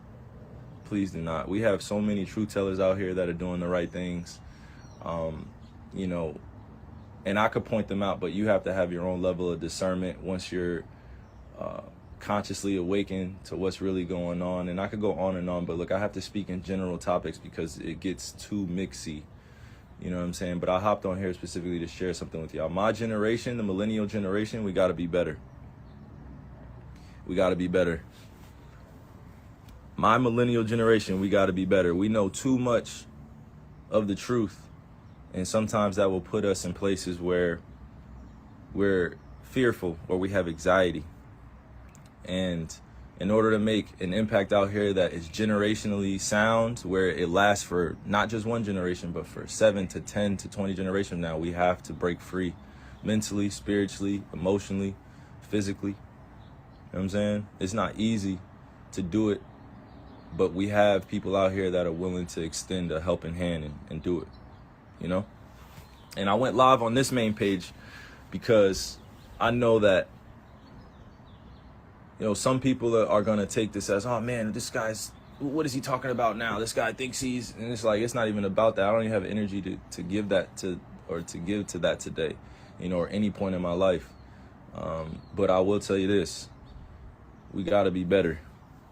We have to protect our youth. We have to protect our ways of life.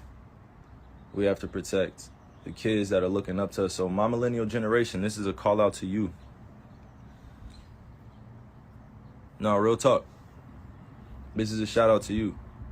As Gen Z's watching and our older generation is waiting for us to take control of the wheel and lead our world into new places, new ways of thinking, because it's not happening, you know, without the proper techniques and strategies. It's not happening if we're not prepared. So, you know, and I say my generation because the millennial generation is because we help create a lot of these social platforms. We help create a lot of these trends. We help create a lot of these, you know, new waves of doing things. Like, I'm not saying that arrogantly, but from 1981 to 1996, this is specifically for y'all. Please, please, please, please, please educate the youth the right way. Please, please, we are starseeds, just like Gen Z is, just like our elders were. We are starseeds. We returned here for a bigger purpose. So are you hearing this guy? He's basically saying we're starseeds, right? Kyrie Irving is waking up to something transcendent. And he's basically putting his generation on notice that they have to do better, that they can't fuck around, you know, that they can't fall prey to low-hanging fruit and these distractions. I think it's a great video. His timing's a little off.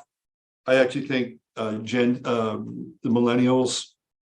Here, I'll bring up my little graphic so you can see what I put together here.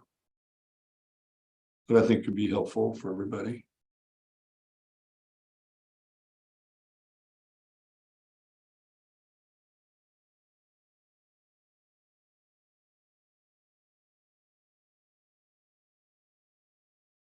So Pluto and Scorpio, which would be the millennials, I would say is more 1983 to 1997. By 1997, 96, 97, Pluto's in Sagittarius. So he knows all about these generations. He knows about Gen Z. He knows about his kids, Gen A, and Pluto and Scorpio. And it's like he's putting his generation on notice. And if you were to go through and watch the entirety of that stream, you would understand the power, the positivity that's in that message, right? And basically what he's saying, and I'm not going to play the whole thing, but he's saying that if we fuck up, we, meaning the millennials, we're done. Like, this is it. We get one shot. This is our shot, and we better make our shot count. And it's on us. I've never heard anybody talk about their generation with a voice like that. Like, he's taking it on. I've never heard somebody from Gen X. By the way, this is no slight on Gen X. It's just, I haven't heard it. I never heard anybody come out and say, hey, you know, us baby boomers, you know, we really owe it to the rest of the world to get our shit together and figure out, you know, how we're going to not be at each other's throats. Because you go into baby boomers, and you'll find baby boomers who are hardcore liberals. You'll find baby boomers are hardcore conservatives. But it's like, okay, they're down the line now, and they realize that, for better or worse, their time has come and gone. Right. And even Gen X, who I think is still in that moment of moving into positions of leadership and power, I think they're understanding that. But I've never heard somebody like Robert Downey Jr. come out and talk about Gen X in that way. Or I've never heard somebody like, even though he's probably a little bit older, Johnny Depp talking about Gen X in that way. These are actors that we associate with like Gen X. They just don't do it. But now you have Kyrie Irving, who's taking on that responsibility. So Pluto and Scorpio, intense, transpersonal, self-destructive, reformational, and it's a group mind. When you, and I've talked about this before with the millennials, you know, theoretically, this all started with Pluto and Aries. way back in the day when you have people like John what's his name, Astor, the one of the really early robber barons, Pluto and Aries. So like a lot of these early robber barons start to show up with Pluto and Aries, and then ultimately Pluto and Taurus, right? So this is where sort of the American version of the story starts, right? And then we go into more of the robber baron territory, where they're definitely Pluto and Taurus, and they're looking at how to exploit what they found here. You know, they're looking at how to exploit what they found here. It's exactly what they were tasked with doing. And then we go all the way to the opposite sign with Pluto and Scorpio. And this generation, it all starts off with the expression of will and forging like the idea of the great man. And then Pluto and Taurus figuring out how to extract the resources from the land, oil, coal, gasoline, steel, like all those guys, they're all connected to that, right? That period of time. And eventually it leads us through all the individual signs, Pluto and Taurus, Pluto and Gemini, Pluto and Cancer, Pluto and Leo, Pluto and Virgo, Pluto and Libra. When we get to Libra, we're getting ready to make a pivot. And we're headed into the dark part of the chart. We're headed into the 8th house. And I said this from day one with the Millennials. They're the first truly transpersonal generation, that they will rise and live and die together, right? That's what they're here to do, because they experience something together as a generation and a culture that sets them apart from the generations that have preceded it. Once you go into the 8th house, you're dropping off into the Marianas Trench of the chart.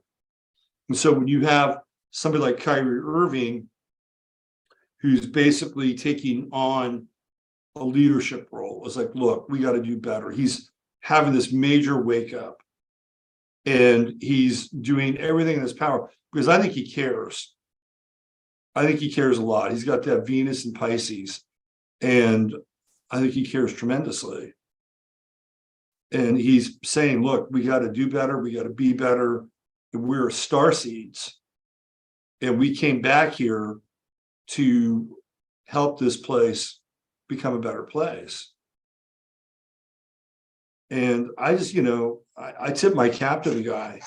Like, I've never seen anybody, and I've been doing this for a long time now. I've never seen anybody who had a platform and who came out and took that level of responsibility for the world and his generation's contribution to it. So, on the one hand, we have Sam Bankman, who is essentially the dark side of this Pluto and Scorpio, right, on the eclipse, hitting people in their life savings, their pocketbook, basically sucking up all that money, and this thing has not gone away, who is one version of this dark, deluded, intensely power hungry, money hungry. By the way, I believe he's a setup. He's also a plant. Like, this thing goes way back. It wasn't just like, oh, he succumbed to, some bad meth habit. No, this thing was part of a plan for a long time, right? But he represents a cog in that machine that is the cliche, right? It is the cliche of what Kyrie Irving is talking about. And that's how the old world works. And when he says these systems are dying and they're coming to an end, he's absolutely 100% spot on. Even new systems like decentralized currency and crypto, like, well, let's see how long this lasts. Wait till the regulators get their teeth into that.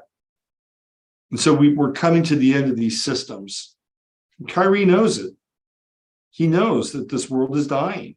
And it's got to be ironic for him to be somebody who's playing in the NBA, and even the NBA as a model of the old world, and a league to some degree that's based on exploitation, whether it's the sneakers made in China, by Nike, or it's the exploitation of the owners and the league itself when it comes to promoting things like Black Lives Matter. That was an exploitative moment. And every sports league, by the way, was involved in that. Maybe a little bit less with Major League Baseball and maybe a little less in hockey. But in the aftermath of all that, both of these leagues have been taken to task. So we have somebody and he's an Aries. He's an Aries. So he's taking responsibility. He's taking responsibility for his generation. He's basically saying, we got to do better. We got to put down a lot of the distractions. We got to put down the crack pipes. We got to put down the jerk off. And we got to get down with the business of living. And we need to start figuring out new ways of doing things. He's not alone. This is exactly the same thing, albeit more dramatically, that Kanye West is talking about. It's what we've been talking about on this show for years now, right? It's what David talks about when he's on his show.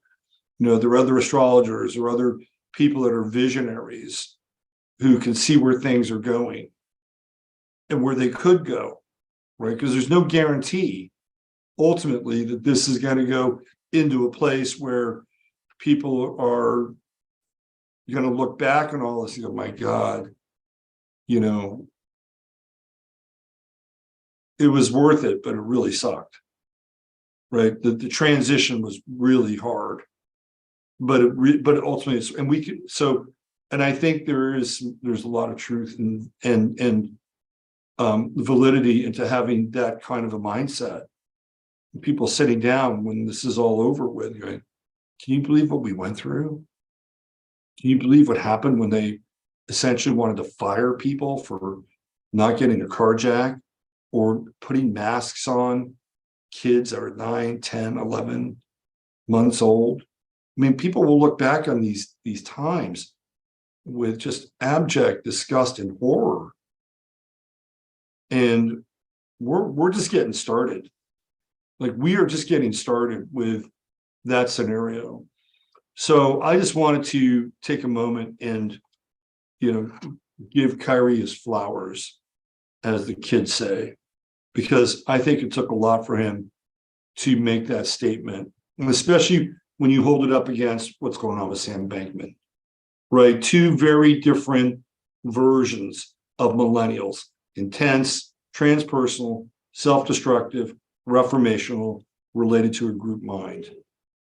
So, we need to support young people like Kyrie. I mean, the guy's got a fucking shit ton of money. Does he really need my support? Well, yes, I support what he's doing. I support his call to wake other people up, and I support his path and his journey, in integrity and love and taking a leadership stance. It's great. It's great. We need more millennials to do it. We need more Gen X people to do it. We need more boomers. We just need more people to stand up and say, we've had enough of this shit and this old way of doing things, and we need to figure out how to come together, have some common ground, and exercise, these archons who've been plaguing us for centuries upon centuries upon centuries. And now they've got their claws into this new tech and the new world that they want to essentially create around us, right? And ultimately use us as batteries for their new world. And we're at that precipice point. And when you have one person like Kyrie Irving, and is he completely awake? Who knows? But he's a lot more awake than, and by the way, There are young guys in the NBA that look up to him and they listen to him. And there are young people that say, you know what? I like this dude. I like his message. It's a lot better than, the message that's coming out of the hip hop community. It's just truth. It's truth. So he's just getting started. I wish him nothing but the best. And I hope that he gets the support he needs to continue to have a strong message, and that we can see these millennials move into positions of power in a way that are, that it's a very powerful generation. Neptune and Capricorn, Uranus and Capricorn. We get into some of the sextiles.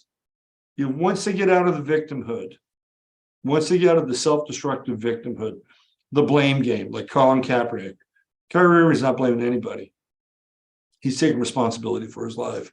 When we have a committed and focused group of millennials that move down that path, look out. They'll be unstoppable. Because that's how Scorpio works. They will transform the world. Is that right, Jasper? You old Taurus. You old lazy Taurus. He's like, when is Taurus time? It's always Taurus time. Yeah. All right. Why don't we end there on a positive note?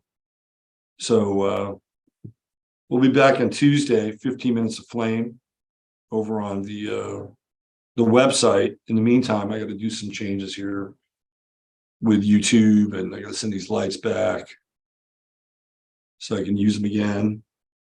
And I think I got to get Jasper some more catnip. Is that right? You're kind of a millennial. When were you born? Hold on. No, you're Gen Z. Jasper's Gen Z.